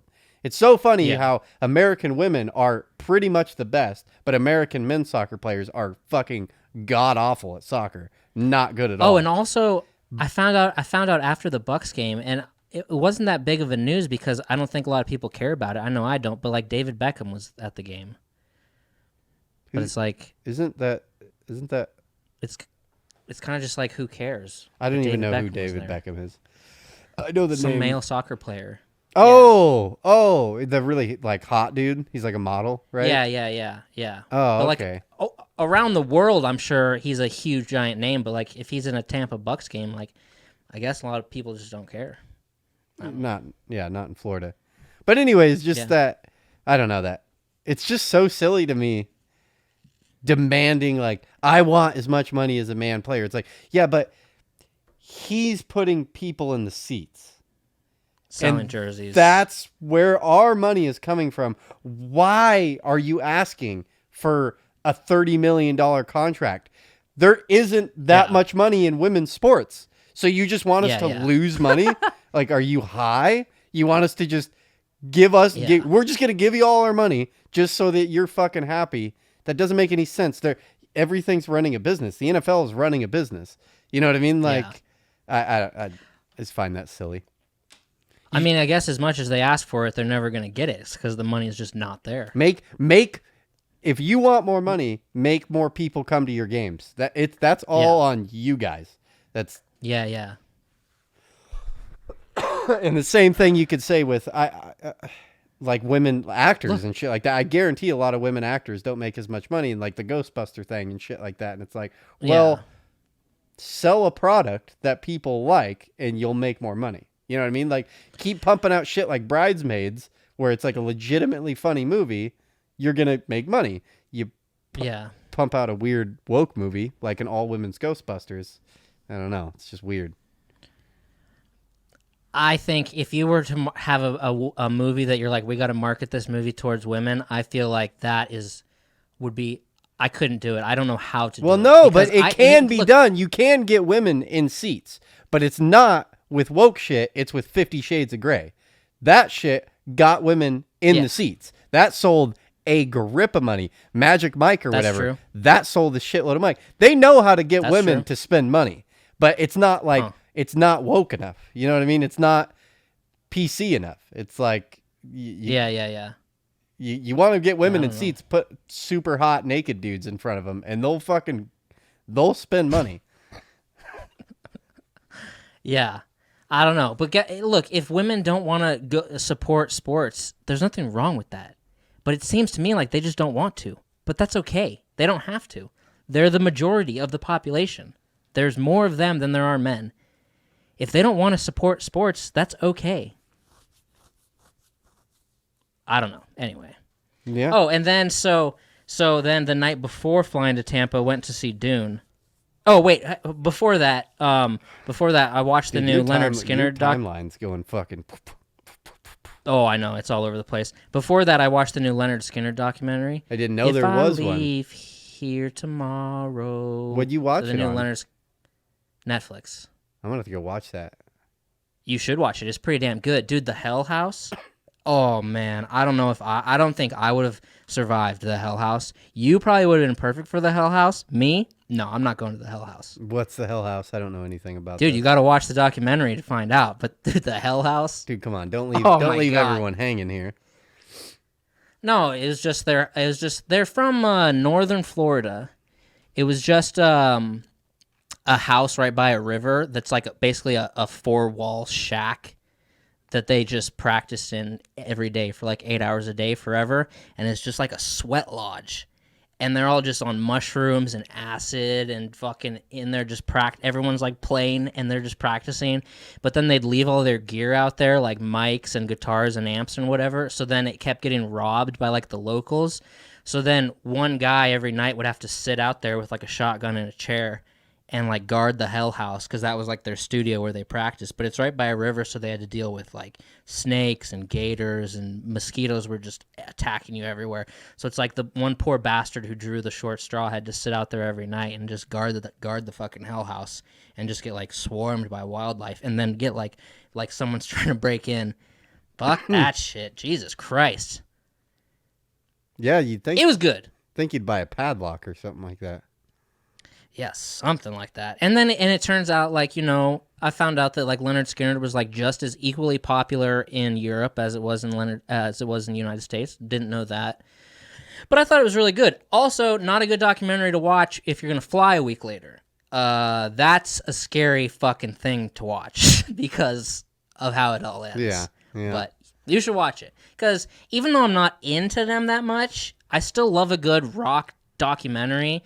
Whether I'm into the band a lot or not, it helps you get into the band more if it's a good rock documentary. Pause real quick. Isn't it kind of funny just doing basic, like some quick statistics in your head? Is they say the chances of a plane crashing is super rare. You know what I mean? That's what they say. Doesn't ever fucking happen. Okay, now just take that and set it aside for a second. We're going to put a pin in that one. And then let's think about something else real quick. What's the percentage of famous people? Extremely small. 0.001. You know what I mean? Of people that you actually know, that you hear their names. How come so many famous people have died in helicopters and plane crashes? Fucking shitloads of them. Wasn't there like a whole sports team that died? Travis Barker was in a plane crash. Kobe Bryant. Fucking... the list goes on and on and on, and a bunch of musicians have died in plane crash. Randy Rhoads died in a fucking plane crash. Fucking, isn't that kind of strange? Like, they say it's so rare, but a lot of famous people have died. Or is that just how the Illuminati takes the bad famous people away? Like, we don't like that person. That plane's going down, if you know what I mean. Yeah, maybe. I'm starting to just blame everything on the Illuminati. Everything's the Illuminati. United Airlines, Illuminati. Fucking Tampa Bay Buccaneers, Illuminati. No. That ball, United Airlines, that 600 ball was like was full of like adrenochrome or something like that, and they needed to get it back. No. No. Yeah. You're just not woke enough, bro. You're not woke enough for what's going on around here. Open your eyes, man. Yeah, I don't know, man. I don't know. It is a good documentary though, and you should watch it because you don't respect Leonard Skinner enough, and you need to watch. You're telling me I don't respect Leonard Skinner enough. You need to watch If I Leave Here Tomorrow. It's good. If I leave here tomorrow. Although, honestly, that song can fucking suck it easy. That's like Crazy Train or Stairway to Heaven. All those like number one songs from a 70s rock band. Oh, okay, you're not saying that because of the quality of song. You're just saying that because you've heard it too much. It's overplayed. Yeah. No, it's a great song. I love Leonard Skinner. Fuck off, dude. Leonard Skinner's one of the greatest guitar players of all fucking time. Yeah, it's great. It's a great documentary. Even though that's not his name, but I can't remember his fucking name right now. Ronnie Van Zant. Nobody in the band's named Leonard Skinner. Yeah, that was their PE teacher, gym teacher. Yeah. See, I don't have to watch no documentary. I got that shit up here. No, you should still watch it. But then the day after, or the day before I left, went to see Dune, which I wasn't gonna see when I kept seeing ads for it on like the internet. I was like, I'm not gonna see Dune because for one, I don't know what this is about, and I feel like it's really confusing and dumb. And when I was young, when I was maybe like 10, there was a Dune movie. And I mean, it was from like the 70s or something, but I would go to the library and I would look at the back of movies, and if it said like nudity or partial nudity, I'd rent the movie to try to see what was in it. And like the Dune movie said like partial nudity, so I rented it and watched the whole thing when I was like 10 years old because I was like, I want to see what the nudity is in this. And I like couldn't find it. And I was like, this is the dumbest movie and I don't understand this movie. So I'm like, I'm not going to see Dune. But then a couple days before it came out, I was like, I realized Zendaya was in it, and I'm like, all right, I'm just gonna see it because it's a huge movie. I'm just gonna see it because why not? So I went to see it Friday night with our listener Chris, and I thought it was fantastic. And there's gonna be a part 2 in 2023, and I liked it. I enjoyed it. If that was like I can't remember the last time I like left the movie theater and I was actually feeling like, wow, that was really good. It was good. God, I miss it's the movie so theater. unique. I want to go to a movie theater so bad, but the only way I'd be able to go is lie to the family and tell them I'm going to do something else and just go sneak off to a movie by myself. Yeah, that happens. Yeah, because I'm not taking a baby. Can't take a baby to a theater. Not allowed to. No, don't. Oh my God, don't take a baby on a plane either. But like, because I like that Zendaya chick I think she's like really talented. I saw her in the HBO show Euphoria. I saw her in this movie Malcolm and Marie on Netflix, and she was in this, barely in it, but I think she's one of the most talented actresses working today, and probably the most talented for her age, and that drew me in. But I was like, I like Dune. I'm into it. But anyway, that's just the movies I've seen recently. Oh, speaking of movies, The Shining. So, we're still gonna keep talking about The Shining. That's our number. I don't know. It's our number one yeah, topic I know. For sure. I was just listening to a radio show yesterday, and they were saying that this YouTube video has blown up. It's a 40-minute long YouTube video, and it's called The Wendy Theory. And I looked it up today at work, and I watched like the first minute of it, and then I was like, I can't watch this all right now. I have to watch this later. So I'm probably going to watch it tonight. But they talked about, on the show I was listening to, they talked about this Wendy Theory, and I'm like, I love all the theories around that movie. It's around the movie, not around the book. But I'm like, I want to know what the Wendy Theory is. So I don't even know what the Wendy Theory is, other than what they were kind of saying. But I want to know what the Wendy Theory is. Just so read the book, back. you fucking asshole. Well, you just No, this is about the movie. I don't care. I'm telling you, it's a better fucking book than movie, hands down. It's so much better. You gotta respect the movie. And the movie starts literally almost halfway through the book. So there's so much previous stuff that makes the story so much better. Yeah. You got to separate the two. They're two totally different fucking things. But yeah. If you like The Shining, you will love the book. The book is fucking better. Please. I believe you. But you fucking going to see football games, fighting, going to fucking walking to the fucking 7-Eleven at 2 a.m. downtown Tampa. You'll do all these crazy things, but while you're fucking driving around in North Dakota all day by yourself, you can't just fucking click the play button and just listen to a goddamn audiobook. I'll try. Yeah, I've heard that before. I'll try. I want to know what the Wendy theory is, though. You don't even have an idea? I think it's something, and in the beginning of the video, it actually says, warning, like, once you know this, you'll never watch the movie the same, so if you're already content with the movie, don't watch this video. And I'm like, I want to know. I think it's something just to do with, like, she's actually crazy and Jack's not, or something like that. I will say, going from the book to the movie, her character, it really throws you off. She gives off a way different feeling than the book Wendy gives off. Yeah. It's a totally different vibe. And maybe it's just the way she looks, because she kind of looks crazy. You know what I mean? Like, just who she is as a person. She looks a little fucking... Her eyes are a little too, like, piercing. Like, even scene one. Yeah. Yeah. I mean, that's one of the greatest roles of all time that she played in that movie. But I know what you're saying. She literally didn't work after that because it ruined her from acting. That was the one and done. She did a fantastic job. What, are you pulling something up? Yeah. Oh, dude. Hang on. We got a couple of things we got to hit here. Okay, I'm going to skip this one, but dude, did you have fun? Did you guys have fun last week? Me and Vince? Yeah. Yeah, we had a great time. Nice. I wish somebody would have been here to tell you that you were wrong about a lot of things. Oh, I'm sure. You guys fucking... Okay, go on. No, just me. Just me. I mean, you were wrong. You're wrong about baby chiropractors. You're wrong about Dave Chappelle. And I was going to say also that you're wrong about the Rolling Stone list, but that's not a fun Okay, yeah. You literally, that three list thing you just did there started out with, okay, I'm a little angry. I'm getting angrier. And then that last one, if you didn't redact it at the end, you were about to get fucking fuck you, buddy. Because the first two, confused.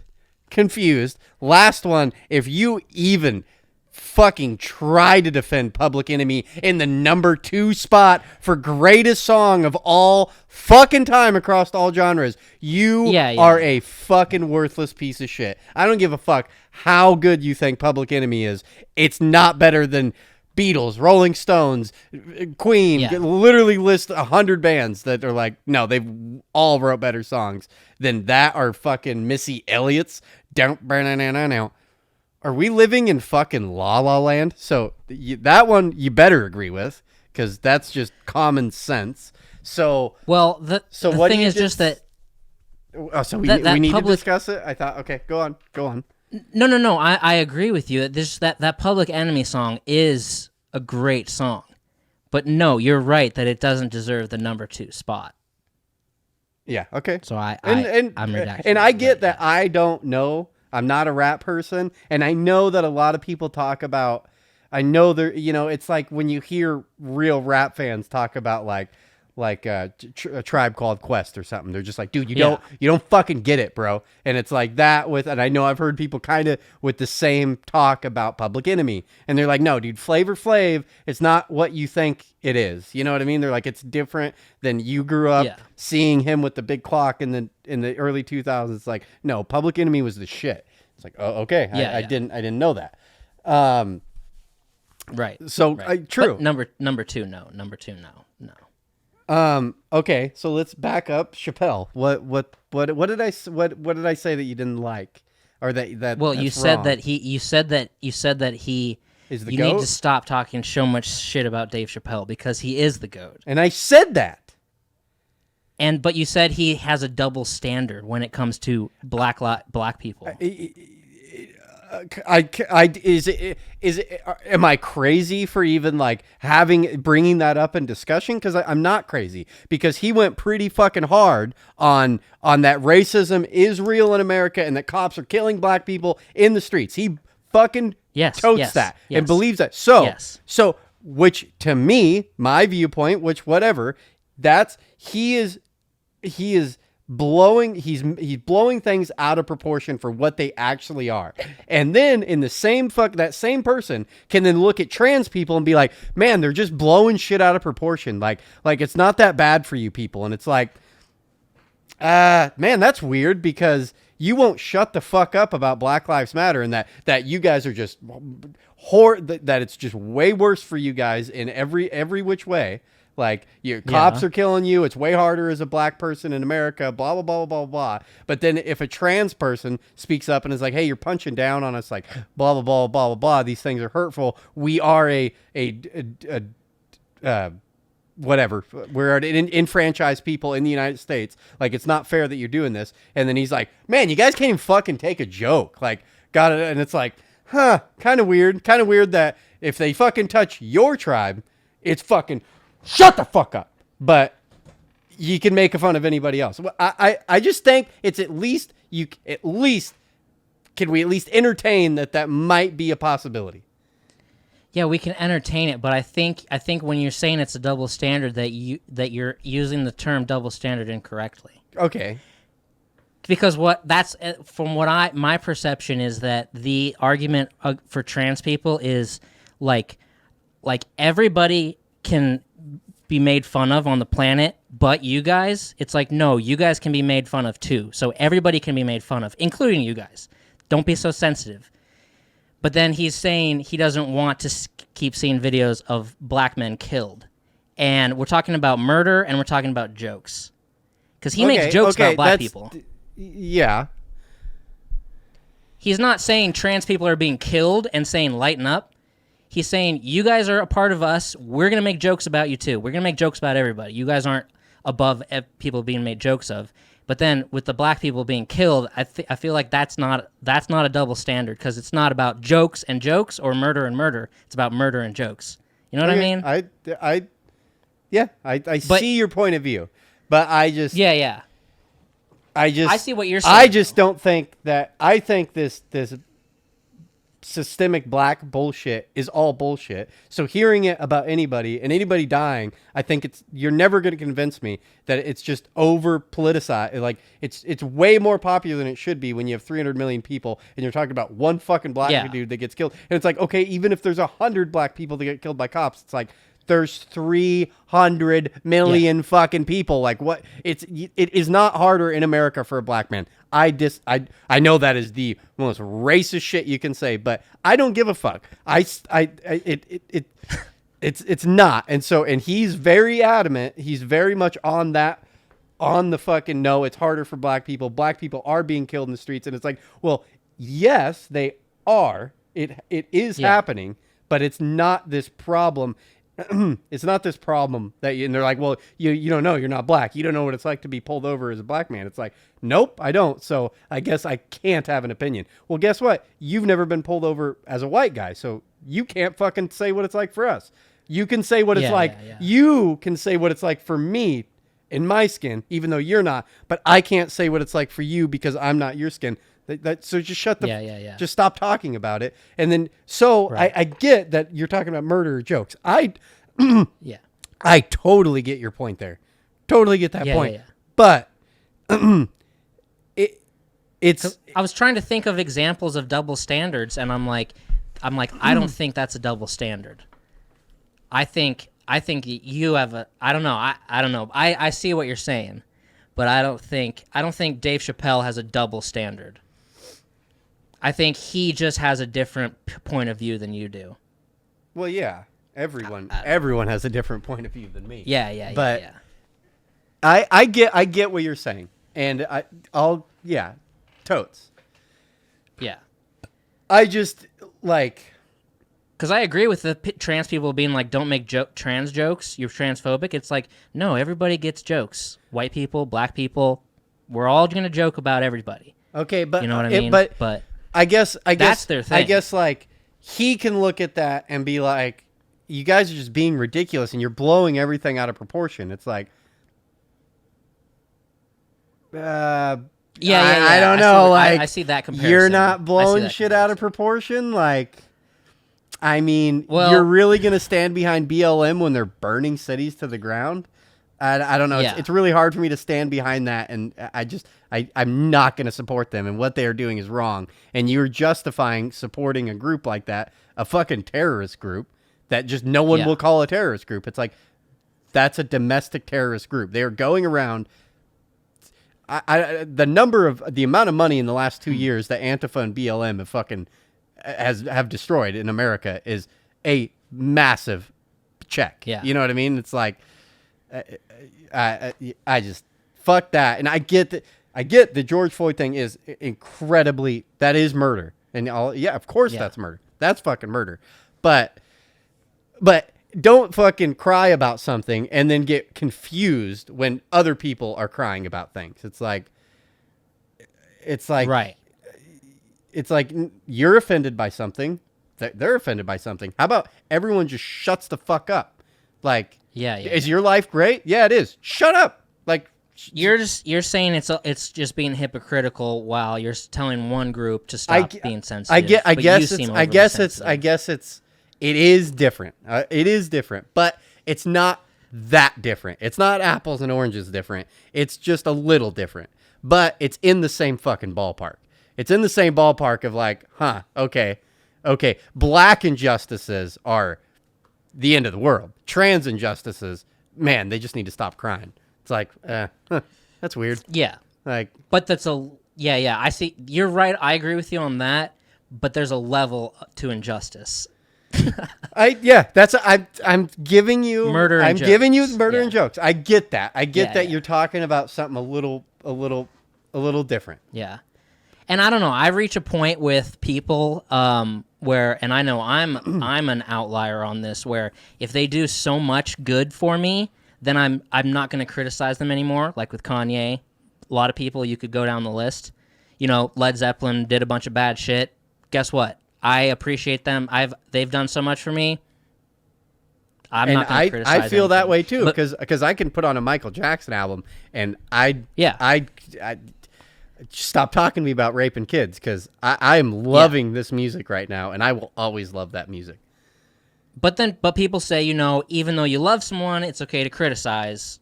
But with Dave Chappelle with me, or like a Bill Burr, say Bill Burr starts going crazy right now and doing a bunch of crazy shit, he's already done enough for me.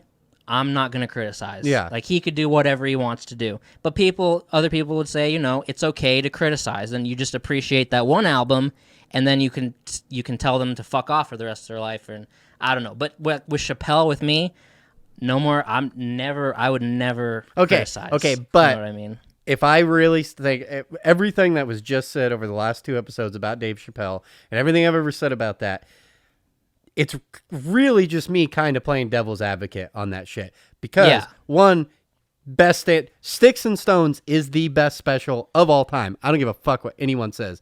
I think it is just perfectly executed in every way. He's a master. I am a massive comedian fan. I feel that way about myself. I feel like I love comedy. And it's something I disagree with about when I listen to a lot of comedians.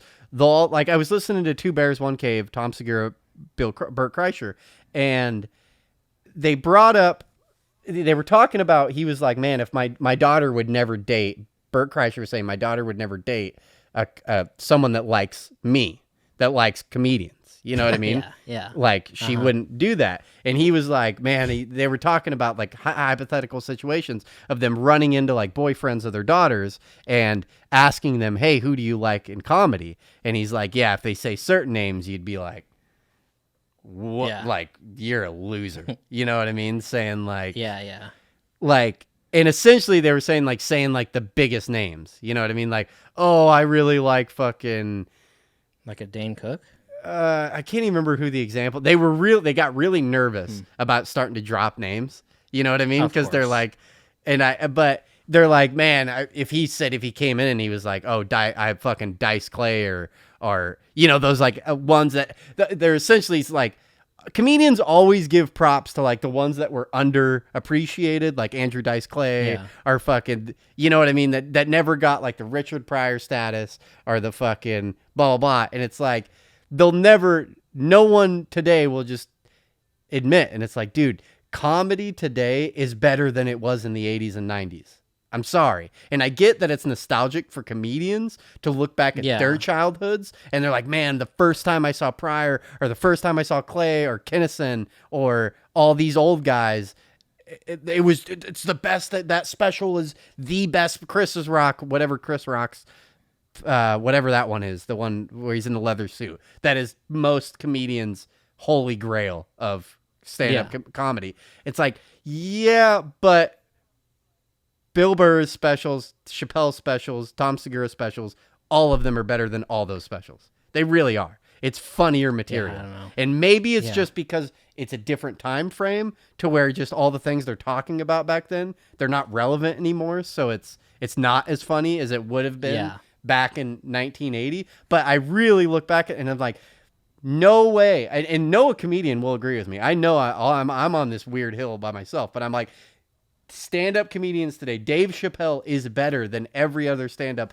before him. He has taken every lesson they've learned and then applied all the lessons throughout his life. He is a more mastered comedian, and he is funnier, and he is way better at how he builds a set. The way Dave Chappelle builds a set, like, I don't know, when you watch the whole special, he has crafted it. It's like so well crafted. It's not just joke. Joke. It's like the way that on Sticks and Stones, when he does the whole bit about that drawing a fucking thing out of a hat, you know what I mean? And then he ties that joke back in like 5 minutes later. I was like, that was brilliant. That was fucking brilliant. That was a smart joke and not only really smart, really funny. He's the GOAT. He is the GOAT. And under him, it's Bill Burr. But I could understand why people would argue Bill Burr. Bill Burr is kind of a style. It's like you kind of just have to like that ranty fucking style. Yeah, I love him. But like, oh Jesus Christ. Yeah, and and Dave Chappelle stands up against cancel culture, so he should support him. No, okay, so sorry. I love Chappelle. I really do. Like I don't disagree with anything he's ever done. And I get if I was famous, I would fucking speak on every topic that I have nothing to do with. Of course I would. That's me. So it's like looking at him being like, man, he should just shut up and do comedy. I get it. You know what I mean? He has a platform. He feels like he can do something good for the black community. I disagree with the movement. I think it's over. It's blown out of proportion, but whatever. It's just plain. Dave Chappelle is a black man. Yeah. And he's going to speak to that point of view. Yeah, exactly. But yeah, exactly. It's definitely like a narrative because it's just crazy how since the election, there's like no police brutality videos. It's fucking weird. It's crazy weird. Whenever something is on the agenda, that's when you're going to hear. Whenever, like, if guns are about to be voted on in Congress, wow, it's weird. All of a sudden, fucking people are getting shot every day in the news. And then 4 months later, you don't hear anything about gun violence. It's weird. We are being played puppets by the fucking media. And now it sucks that it seemed like we'd kind of gotten away with it with our own media. And now that's become like an algorithm-based thing to where they're doing the same fucking thing. You know what I mean? Controlling content through Facebook and all that shit. Oh, Facebook. When I was driving around today and I was thinking, you know who right now, granted in literally 4 to 6 months, the talk right now is going to be long gone. But if the election was like this year, the perfect Republican candidate, I think, would be named Brandon. That would be the perfect Republican candidate. President Brandon. It would be. But guess what? In 2024, no one's going to remember that shit. So, but right now it would be perfect. It might not go away. This Let's Go Brandon thing seems like it probably will, but it might not. I guess we'll have to see. But if you found a Republican candidate named Brandon, pretty good idea. That's one of those beautiful things that like just comes out of the ether. You could never, you know what I mean? Like you could never try to make that happen. You know what I mean? You could never be like, it just happens. You know what I mean? It's just like, it's like the I'm an island boy. You could never predict that. You know what I mean? You could never even try to do that. Yeah, I know. It's just, those people are just going to happen. And it's like, yeah, it's weird. And now they're going to be as famous as fucking Jay-Z.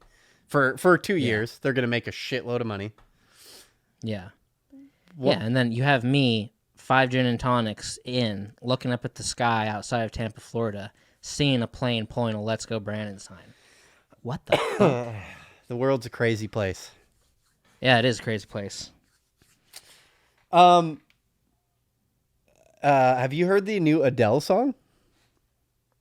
No. She just dropped you already sound so irritated. I don't know why you can't just, be a little happy over a little Adele talk. Like Adele just dropped. Adele dropped a new song, and it's been a while since she's put music out. A hot minute. Why are you rolling your eyes? Why can we not just talk about Adele? She's overrated. I like Set Fire to the Rain or whatever that song's called. Overrated. Yeah. Is Whitney Houston overrated? What the fuck are you even talking about? Why is Adele overrated? She's an insanely talented fucking songwriter and lyricist and vocalist. Well, she writes bangers. Fucking bangers. Out of the park. It sucks when a fat person you like gets skinny and you kind of just don't like them anymore. Like Jonah Hill. But like, I don't know. I guess her hits are okay. But she's just overrated. But guess what? I think Taylor Swift's overrated. Oh my god. It's tough with those female pop You're a singers. fucking sexist, misogynistic piece of shit is what you are. Adele is... I get if like you want to listen to rappy or like harder music or rock and roll and shit like that, but it's like just like realize good music when you hear it. And Adele it's great songwriting. Vocally, no one can do what she is doing. Very few people are as good as she is. Her vocal range and her delivery is flawlessly good. She's worldly famous. When people are that famous for singing, there's a reason they're that famous for singing. There's a reason Michael Jackson is fucking Michael Jackson. It's not just a joke. At a certain point, it's like, it's because they're so fucking talented. Adele is one of those people there's no joke. It's no gimmick. It's not like Billie Eilish. No, I agree. Billie Eilish is a fucking gimmick. You know what I mean? Yes. She's just an okay singer that's a gimmick of a person. She's never going to be Adele. You know what I mean? Taylor Swift is kind of a gimmick, but she can actually kind of back it up a little bit with songwriting. She's a good fucking songwriter. And I'm sure there's a lot of producers, and she's a lot better singer than Billie Eilish. Billie Eilish is a joke. That's just a joke of a human being. Whereas Taylor Swift is bad. This has nothing to do with Taylor Swift. Why'd you have to big Taylor Swift up? Anyways. Billie Eilish is hotter than Taylor Swift. Shut the fuck up. She looks like one of those island boys is what she fucking looks like. Oh my god. Okay. Anyways, Adele just released it. I'm mad. I was happy about what I was talking about, and now I'm mad about what I'm talking about. She just released a song it's been a hot minute. She hasn't been working on music. They said that she had fucked her throat up because she sings so fucking hard when she's touring that they said she's fucking her voice up, and I think she took a long break, but she just released this song, and I'm assuming you haven't heard it yet, since the way I don't think you can play it. I'm not gonna play it. Oh, okay. But No, I haven't heard it. You can play it, like you can fucking get online and watch the show. And so in 1 week it hit 97 million. In 1 week on YouTube, and right now it's at 127 million views. Premiered October 14th, 2021. So right there, she's putting numbers on the board. Like that's a lot of views. It is a really good fucking song. The first time I listened to it, it was nighttime, and usually at night I can kind of get in like a more of an emotional state. But dude, it made me tear up. Like, it is a fucking powerful song. Shut the fuck up! You're such a fag. No. I'm not mocking. That's because that's probably what's gonna happen to me too. There's something, if you could just let go a little bit and just get in the mood and just really get into that song and listen to it, it'll fucking make you cry. It's fucking, and everyone online is saying the same thing. They're just like, God damn, that's good. And the chorus to that song, fuck, dude. Perfect. She just like, it's such a good hook. It's such a good, clever way. Go easy on me, baby. It's fucking, it's so sexy. Well, I'm into that. And a lot of people are saying online is a lot of people in my demographic and your demographic, like the 30-year-olds right now, a lot of people online are saying this song is seems like it's written for our age group, because what she's talking about in the song is like, like I've read quite a few comments that are essentially, a lot of girls are saying, they're like, man, we grew up in the 90s and we thought life was going to be a certain way. And now we're in our 30s and you're an adult, but you don't feel like an adult. You know what I mean? And like, things are just happening.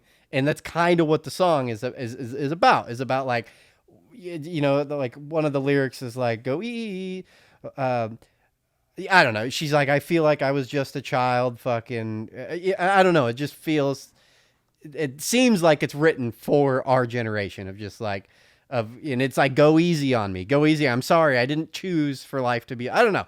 Very good song. I thought it was very good. I would prompt everybody that you should go listen to it. It's a great fucking song. That's all I had to say about that. It's a great song, and it made me tear up. It made me tear up the first time. And I've been telling everybody you should go listen to the song. It's a very well written song, a very good delivery, and I think it's hands down first time I've heard it, and to this day it's the best Adele song. Hands down, it's better than all the other ones. Hands down, it's better than all the other ones. And saying that's pretty crazy because she has like 4 songs that are undeniably good songs. Like fucking yeah. So yeah, I'm into that. I would listen to it. That's all I got to say about that. I was just giving a promotion to Adele. I think Adele's awesome, and this last song was a great song to hear.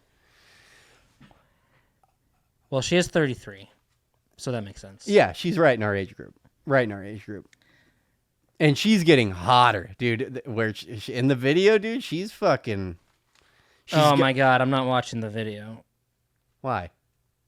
Because she wasn't hot then, and she's not hot now.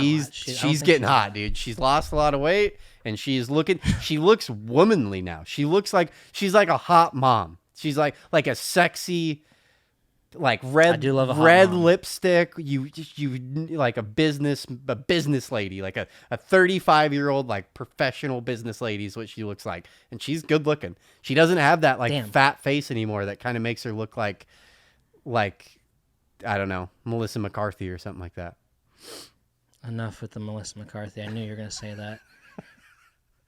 Well, okay, now I kind of want to see how hot she is, too, because I like a hot mom. Maybe I'm into Adele now. I don't know. Okay. I got a funny little story. So I was thinking today, because I was all over the map today with what music I was listening to, and I was like, you know what? And I keep seeing this song in TikToks, and obviously everybody knows the song because you can't get away with it. They should make it the national anthem of the country.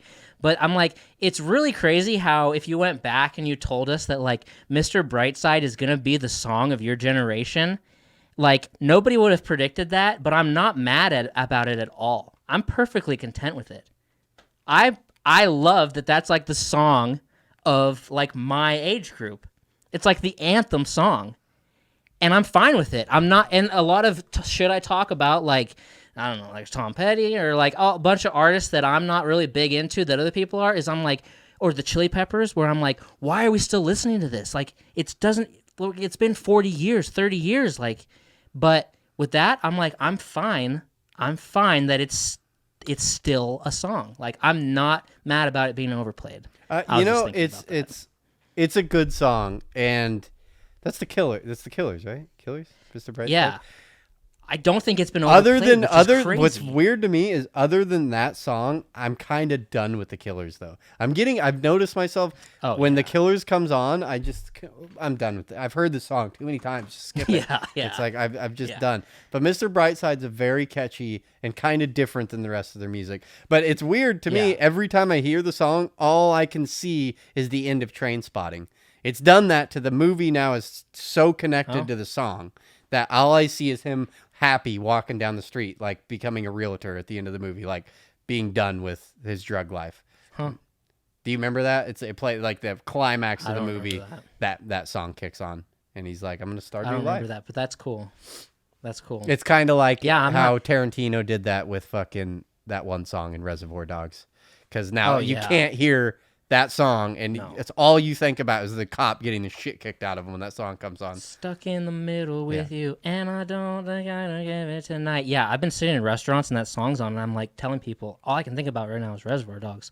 But it's just, and when it comes on, because it's all over TikTok, but when it comes on like a TikTok, it's like jealousy, turn it, and I'm like, I'm not mad at it. I'm just not mad at it. That's all. Yeah, I'm fine with it. Yeah. So the other day, just a quick little story, and every time I've told this, I haven't been able to. It's one of those things that's not as funny unless you were there. But Jesus Christ, I laughed for about a half an hour. So Aurora comes home from school, and I get home from work, and she's out there. She gets home at 3:00. I get home at like 5:36. Fucking, we sit down for dinner. Right when I walk in, still have shoes on. Literally go straight to the fridge, grab a beer. Plate of food's already on the table, start eating. Oh my God. It's just me and fucking, that's what's nice about having a woman around. That is nice. Jesus. I'm like, which frozen burritos am I gonna cook? Yeah. The girl fucking cooks dinner every night, and it's a pretty nice gig to have. It's pretty nice coming home to a home cooked meal every day. Yeah, just a little flex there. So me and Aurora are sitting there at the dinner table, and Cheyenne's over feeding the baby. And so I'm just talking to Aurora, and I'm like, yeah, how was your day at school? Blah, blah, blah, blah. And every day she just says, I don't remember. And it's so irritating. It's like, you don't remember anything that happened to you. And she's like, no, I don't remember. Oh, it's like, oh my God. And then she's like, oh yeah, my books. And she like turns, and her backpack's on the floor, just like shit everywhere out of the backpack. And so I'm like, there's books and colored papers and things that say Aurora all over it. And then I'm like looking, and I'm like, what is that? And she's like, lights up. She's like, oh, we went on a leaf walk today. And I like, dude, I started laughing so fucking hard right there. As soon as she said that she has the big gallon Ziploc bags, big ones, full of leaves. And I don't know if you've looked around. I mean, here in Oregon right now, it's a leaf shit show everywhere. Leaves are fucking everywhere. My yard is, we're on a fucking, it is the beaches of Normandy out in my backyard right now with leaves, dude. It's a fucking full scale warfare, us versus the trees. So Jesus. So that's how Oregon is right now. And I see that bag of leaves and I lose it. And I don't know if you're putting 2 and 2 together here, but I'm like, did they fire the fucking maintenance man at the fucking elementary school and they're sending all the fucking kids home with leaves? Like, are you kidding me? You took the kids out in the field and they're like, go fill up bags full of leaves and take them home. It's like, I'm trying to get the leaves the fuck off of my property, and you're sending your fucking leaves over to my property. I laugh so hard, and my daughter's getting pissed. She's like, it's not funny. And I'm like, it's really funny, baby girl. And she's like, stop laughing. And I couldn't help it. I was laughing so hard. And then laughter dies down a little bit. And then I'm like, okay, to keep going. She's like, yeah, we went on the leaf walk, and I got the leaves, and a little smile came up again. I'm like, oh, I won't laugh, but it's pretty funny that your teacher's sending you all out to clean the fucking field of leaves. And then she's like, oh yeah. And then after that, we went on a pine cone walk. I fucking lost it all over again, dude. I'm like, are you fucking kidding me right now? Jesus. Is that not a little, but like, come on. It's like little slave laborers out there fucking, yeah, going a leaf walk. Yeah. I don't know. Just a stupid little story that I thought was funny. That's funny. I don't know if it seems like you're interested to start a new topic or something like that, or are you done? Kind of. What you got? I'm done with mine. What you got? Okay. Just nothing, I just figured to blow through these deals. And I'm sure you've heard this one. Just current event thing. I just thought it was interesting reading the whole, and maybe you can elaborate. Maybe someone didn't know this was happening, but the whole Bootsy Badass and fucking Lil Nas X deal. Have you heard about this at all? Boosie. Like Boosie Badass, yeah. Lil Boosie. I heard about it a few weeks ago. It was. I don't like Lil Nas X. I liked Old Town Road in the beginning, but Boosie's. I like Boosie. So did you see the tweet that he sent out? Because it is no fucking narbar, bro. I can't believe he tweeted it. I can't. Yeah. So it says. Ugh. Oh god damn it! Did I? Fuck. Lil Nas X claims to be a gay man. What? And he made that song Old Town Road, and I liked the song. And then what's that guy's name? Got on the song too. Billy Ray Cyrus got on the song, and I liked the remix with Billy Ray Cyrus. That was dope. But then after that, Lil Nas X, I'm kind of just out. I'm out of it. Boosie's awesome though. I remember where I was. Can you actually? I figured I've been meaning to ask you this. Can you give me some back history on Boosie? Because I heard someone talk when I was talking to someone about it, and they're like, "Fuck!" They're like, "That dude hasn't had a fucking hit in 20 years." Well, he's from Baton Rouge, Louisiana, which is like probably the second biggest city in Louisiana outside of New Orleans. So he's a Southern rapper. And I didn't really know him before he went to prison, but he went to prison. So in like the late 2000s to kind of early 2010s, all the rappers would always be like, free Boosie, free Boosie, free Lil Boosie. Because he went to prison on something. I don't know what exactly he went to prison for, probably some weapons charges or something. And everyone was like, free Lil Boosie, free Lil Boosie. And then I remember where I was when I saw the news that he was getting out of prison. And he got out of prison, and it was a huge deal. And that was in 2014, springtime. And then it was like, Boosie's home, Boosie's home. But then he hasn't really done anything since. And I know he made a couple albums with another rapper named Lil Webby. And I bought a couple of those CDs to drive around and bump in my car. Of Lil Boosie and Lil Webby, but they're just really Southern, dirty South rappers. But the big thing with him, I feel like, was when he went to prison. Is he incorporated with the Dirty South or whatever? Isn't that like kind of a group of people? No. He's just. I thought, and they were signed. I'm pretty sure they were signed. Him and Webby were signed under UGK, which was a big Dirty South Houston group with Pimp C, the rapper Pimp C, who he passed away drinking codeine cough syrup. But they were like, I don't know, they were like kind of in that whole early 2000s, I feel like maybe, early 2000s, like Dirty South vibes with like Paul Wall and Birdman and all that shit. So yeah, Lil Nas X sends a tweet out, and it says, something I don't have that tweet in front of me, but the tweet was like, "Oh, I'm excited that you guys are gonna love the new album. And on this album we have a Boosie Badass collaboration."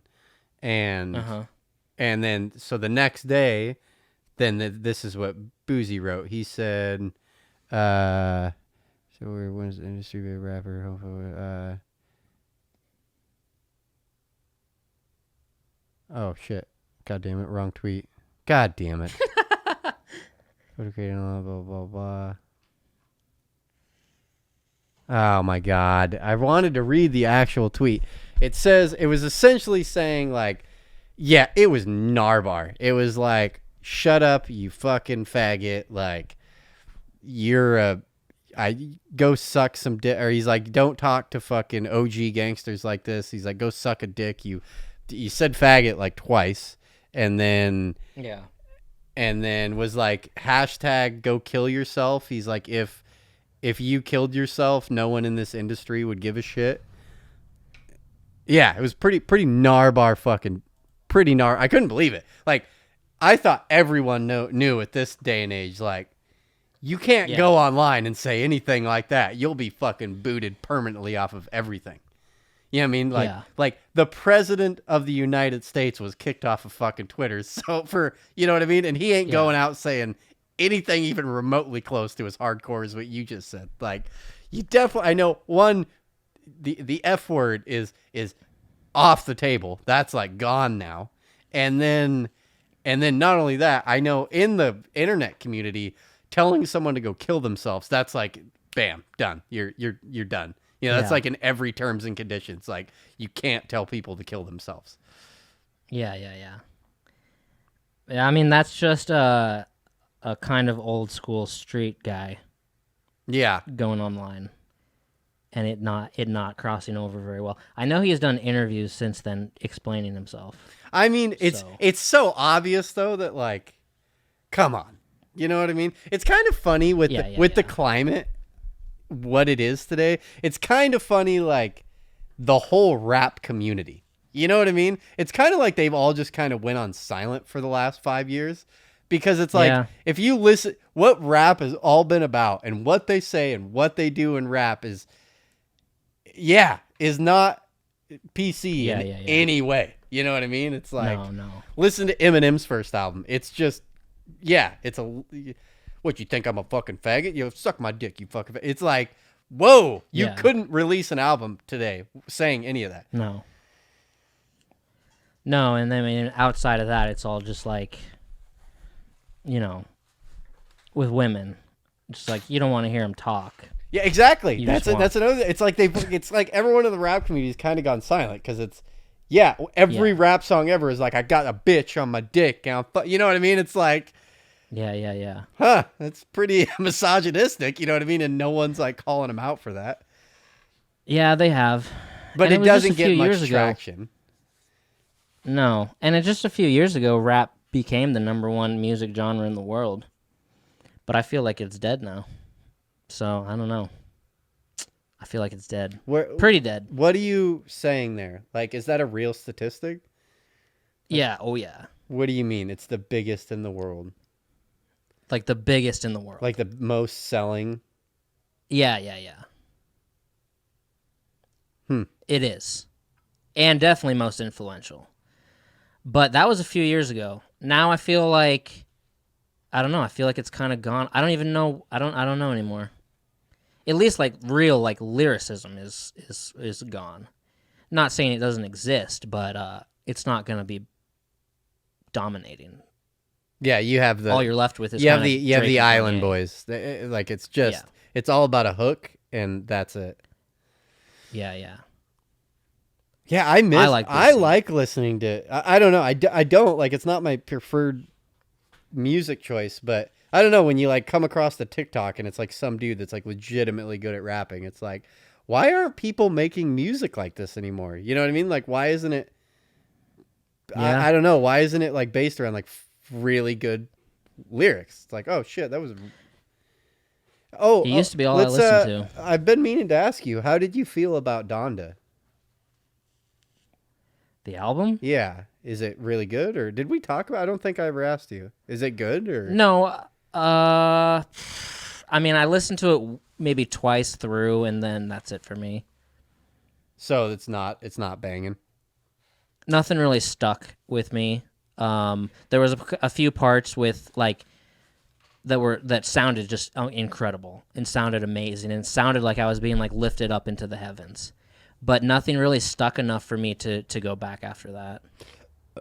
Okay, and then with Kanye, he had an album called Life of Pablo that came out in 2015, and that's where I end. That's my end of Kanye. Just like with Eminem, after pretty much after the Eminem show, it's all garbage. A lot of people say after Recovery, and I think Recovery. I didn't. As soon as the Eminem show was done, I checked out of that shit. I was like, even the Eminem show was starting to just get weird. It's the first 3 albums are untouchably. The first 2 albums are the best fucking rap albums ever. I don't care who you are. They're amazing. It's just too good. Yeah, it was after Recovery, and I just kind of end people's discographies when I want to. Yeah, that's and fine. Kanye, I ended in 2015. So Like my desktop is Kanye albums, and it just ends at Life of Pablo. nice. And I'm okay with that. Yeah. And then I was hoping, do you have anything you want to say? Or are you excited at all about what I was talking about last week with the Wu-Tang album? No. Do you not like Wu-Tang? Is it just not your gig? Do you just not even give a shit that there's an album that... Like 36 Chambers is an album. Uh-huh. I've listened to that a few times, but I'm not that big into the Wu. Really? Yeah. I love Wu-Tang, man. I love them. I mean, I respect it and I love them, but I don't listen to it. I don't listen to any hip-hop anymore. That's really... I've been listening to country. That's so weird. I thought you'd be way more excited about it. I honestly, obviously, am way more excited about this than you are. And I don't like rap, but I fucking love Wu-Tang. That whole goddamn group, fucking Old Dirty Bastard, fucking awesome. Yeah. Fucking awesome. Everything about that dude is legit as fuck. And then Redman and Method Man, fuck yeah, dude. Fuck yeah. They're so legit. Fucking... Yeah, I like them. And Riz is amazing. And then the beats, I said it last week on that thing, the fucking beats of Wu-Tang, I don't know, whoever picks all the beats for them is just so money. And it's like I was saying, there's just something about, I don't know what it was, but East Coast, late 90s, early 2000s beats that they just picked for all that shit were just so, I don't know, it's like dirty. Everything's like, it gives you there's tension in the beat. It's like it feels... every time I hear any East Coast beat, it puts me in New York City. I imagine myself in New York City, fucking. Oh, I know. That's the beauty of it. It's amazing. It's like you're living. It's like you're living out their life. Like you're living out a movie of someone who has a completely different life than you do, and you're learning so many things. It's like a fucking masterclass. It's really weird, and I mean, I'm not super into rap, but it is weird how you can hear the South. You can hear the West, and you can hear the East. And out of all of them, I've always thought the East was the best. They fucking just murdered everybody, and it's just darker and I don't know, more aggressive. Not aggressive. Aggressive's not the right word. But anyways, Wu-Tang. I'm surprised. I thought you'd be a way bigger Wu-Tang fan. Fucking once I learned, because I saw kids in high school with Wu-Tang shirts and shit. And I was like, okay, I knew the name, but I never got into it. And then, it was way later in life. I was 24 that I fucking start digging into Wu-Tang. I'm like, this is incredible. This is so good. Yeah. Killer Bees on Attack. It's like, fuck, yeah. It's fucking into this shit. Yeah. So I'm jacked up. I want to hear what that album has to offer. I think that's cool as shit. And then just the weird story of on Rogan, when they told that story, I'm like, there's a fucking lost album? How does that even happen? What the fuck? That's so crazy. Yeah, it's crazy. It's probably too much hype that it wouldn't live up to it. Yeah. I don't know. Too much hype around an album is a bad thing, I think. Yeah, it is a bad thing because it's because there's no way that album has all the same hits Wu-Tang has. You know what I mean? Fuck yeah. And then the day the album comes out, people are an hour after it's released, people are like, trash. It's trash, or fucking classic, instant classic. It's like, dude, it's today. It came out today. It's trash. Okay. Yeah, I have high hopes. I hope it just blows the world away with awesomeness. Because we need some good music. Because music is hard pressed right now to get some good music. That was another thing I was going to say about Adele. It was the first time, I feel like in a long time, that I've heard a song for the first time and been like, damn, that's a good song. I feel like I haven't been able to say that for 5, 6, 7 years. You know what I mean? Damn, that's a good song. It was I remember the first time, I mean, I know another one, you're going to be like, you're so gay. But it was the first time I heard Mumford & Sons. I was like, what? Yeah. That's crazy. That's really good. That's really good. Bands, I don't know. It's it used to be more prevalent, hearing a song and being like, damn, I don't know. Back in the day when fucking, an Eminem song came out, it was fuck, that's a good song. You know what I mean? That's insane. Yeah. And that's all you heard on the radio. Now you turn on the radio and they have the songs that are on repeat, but it's it's not that good of a song. You know what I mean? No. WAP, that's a wet ass pussy. It's like, okay, it's kind of catchy, but it's not like an amazing song. And yeah. It's not. It doesn't put you into like a trance, like other songs would. It's been a while for me since I heard a song and was like, oh my god. And usually when I hear a song that I'm like, oh my god, I love this, I put it on repeat for far too long, and I just listen to it over and over and over. Well, there is some music that's about to come out of Florida that I bet's gonna be some fucking fire. No, that shit seems pretty litty, son. Pretty litty. It actually seems. It seems like a weird, like an impossible thing that Wu-Tang album hasn't been uploaded to the internet.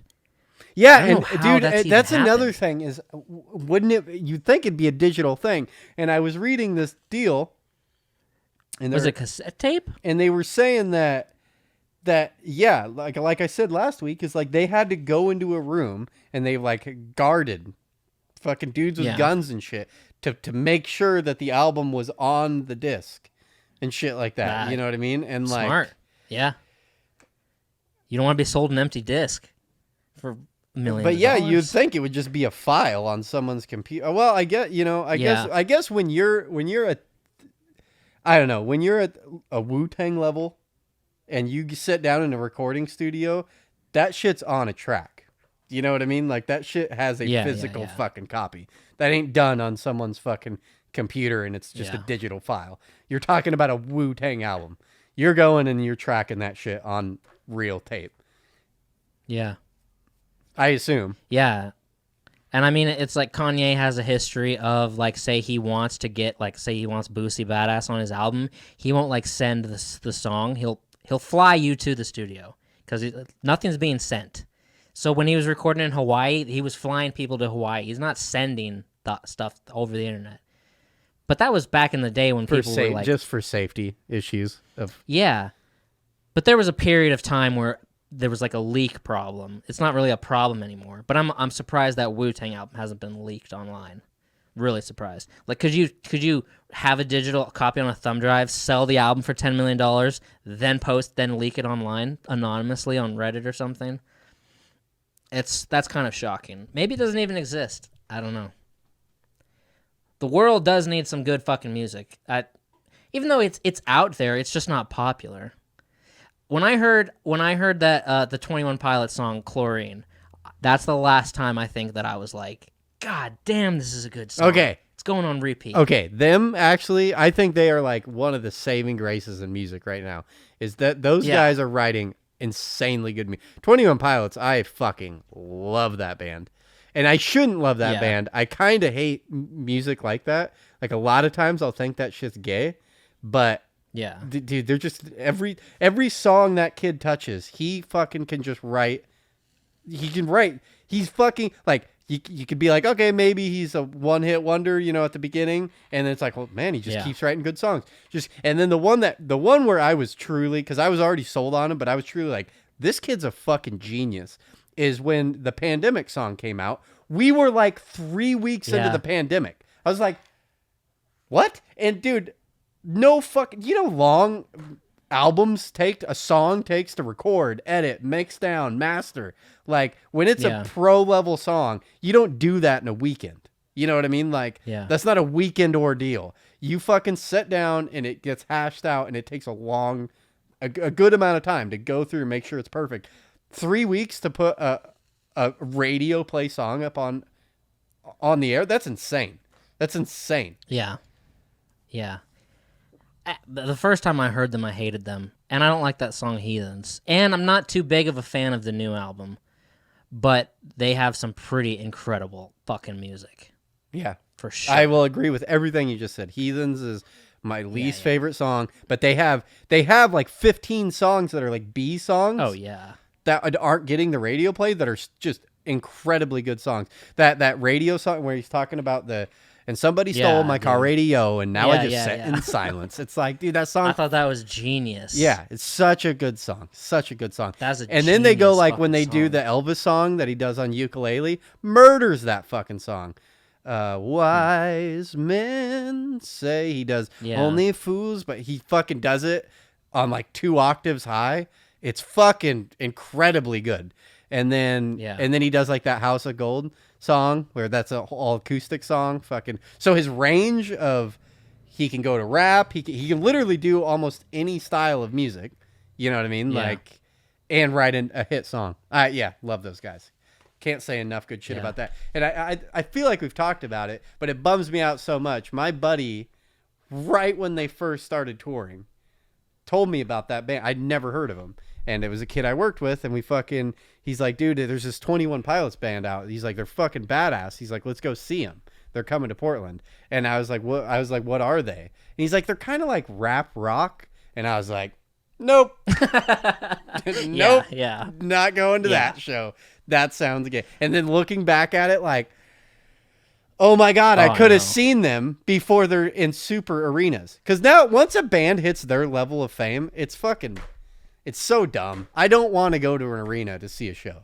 That's not a place you go to see a show. And it sucks when a band becomes famous. You can't go see Kanye West at a 300 person venue. You know what I mean? Like, it's never going to happen. No. And it sucks because those are the best shows. 300 people are fucking hands down the best shows. Are you like having internet problems or something?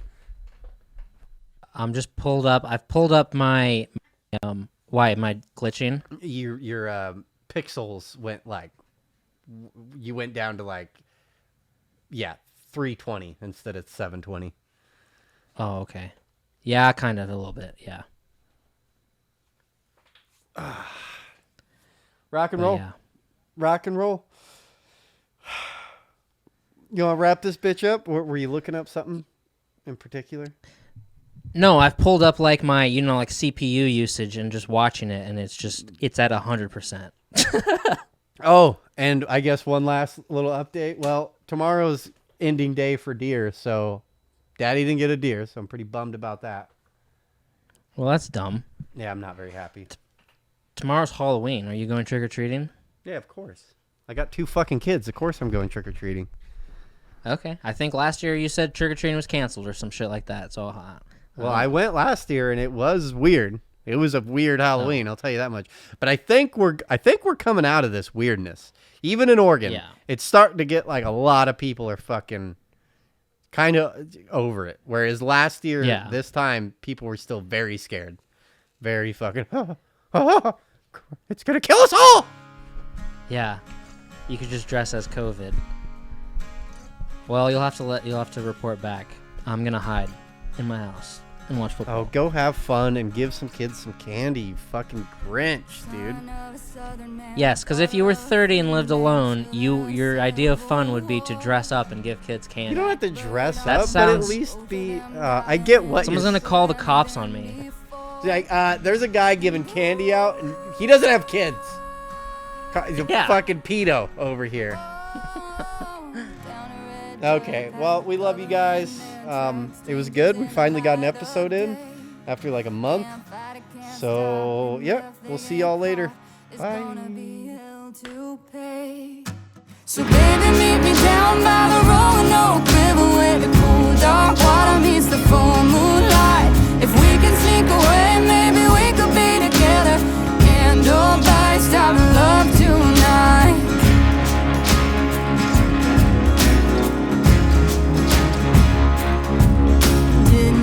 Been followed down through the hollow till a hand grabbed her by the arm. Blood's thicker than water, but even his father ain't never gonna do her no harm.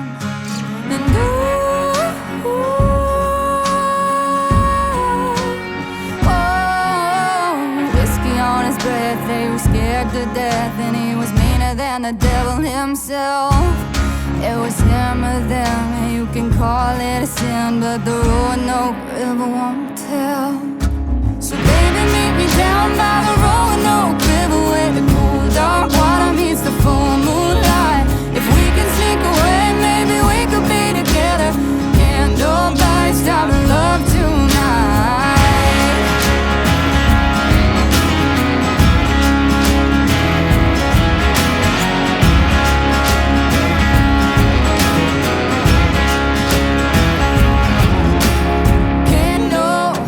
Stop this love. Can't nobody stop this love. Can't nobody stop stop this love. Can't nobody stop this love. Can't no.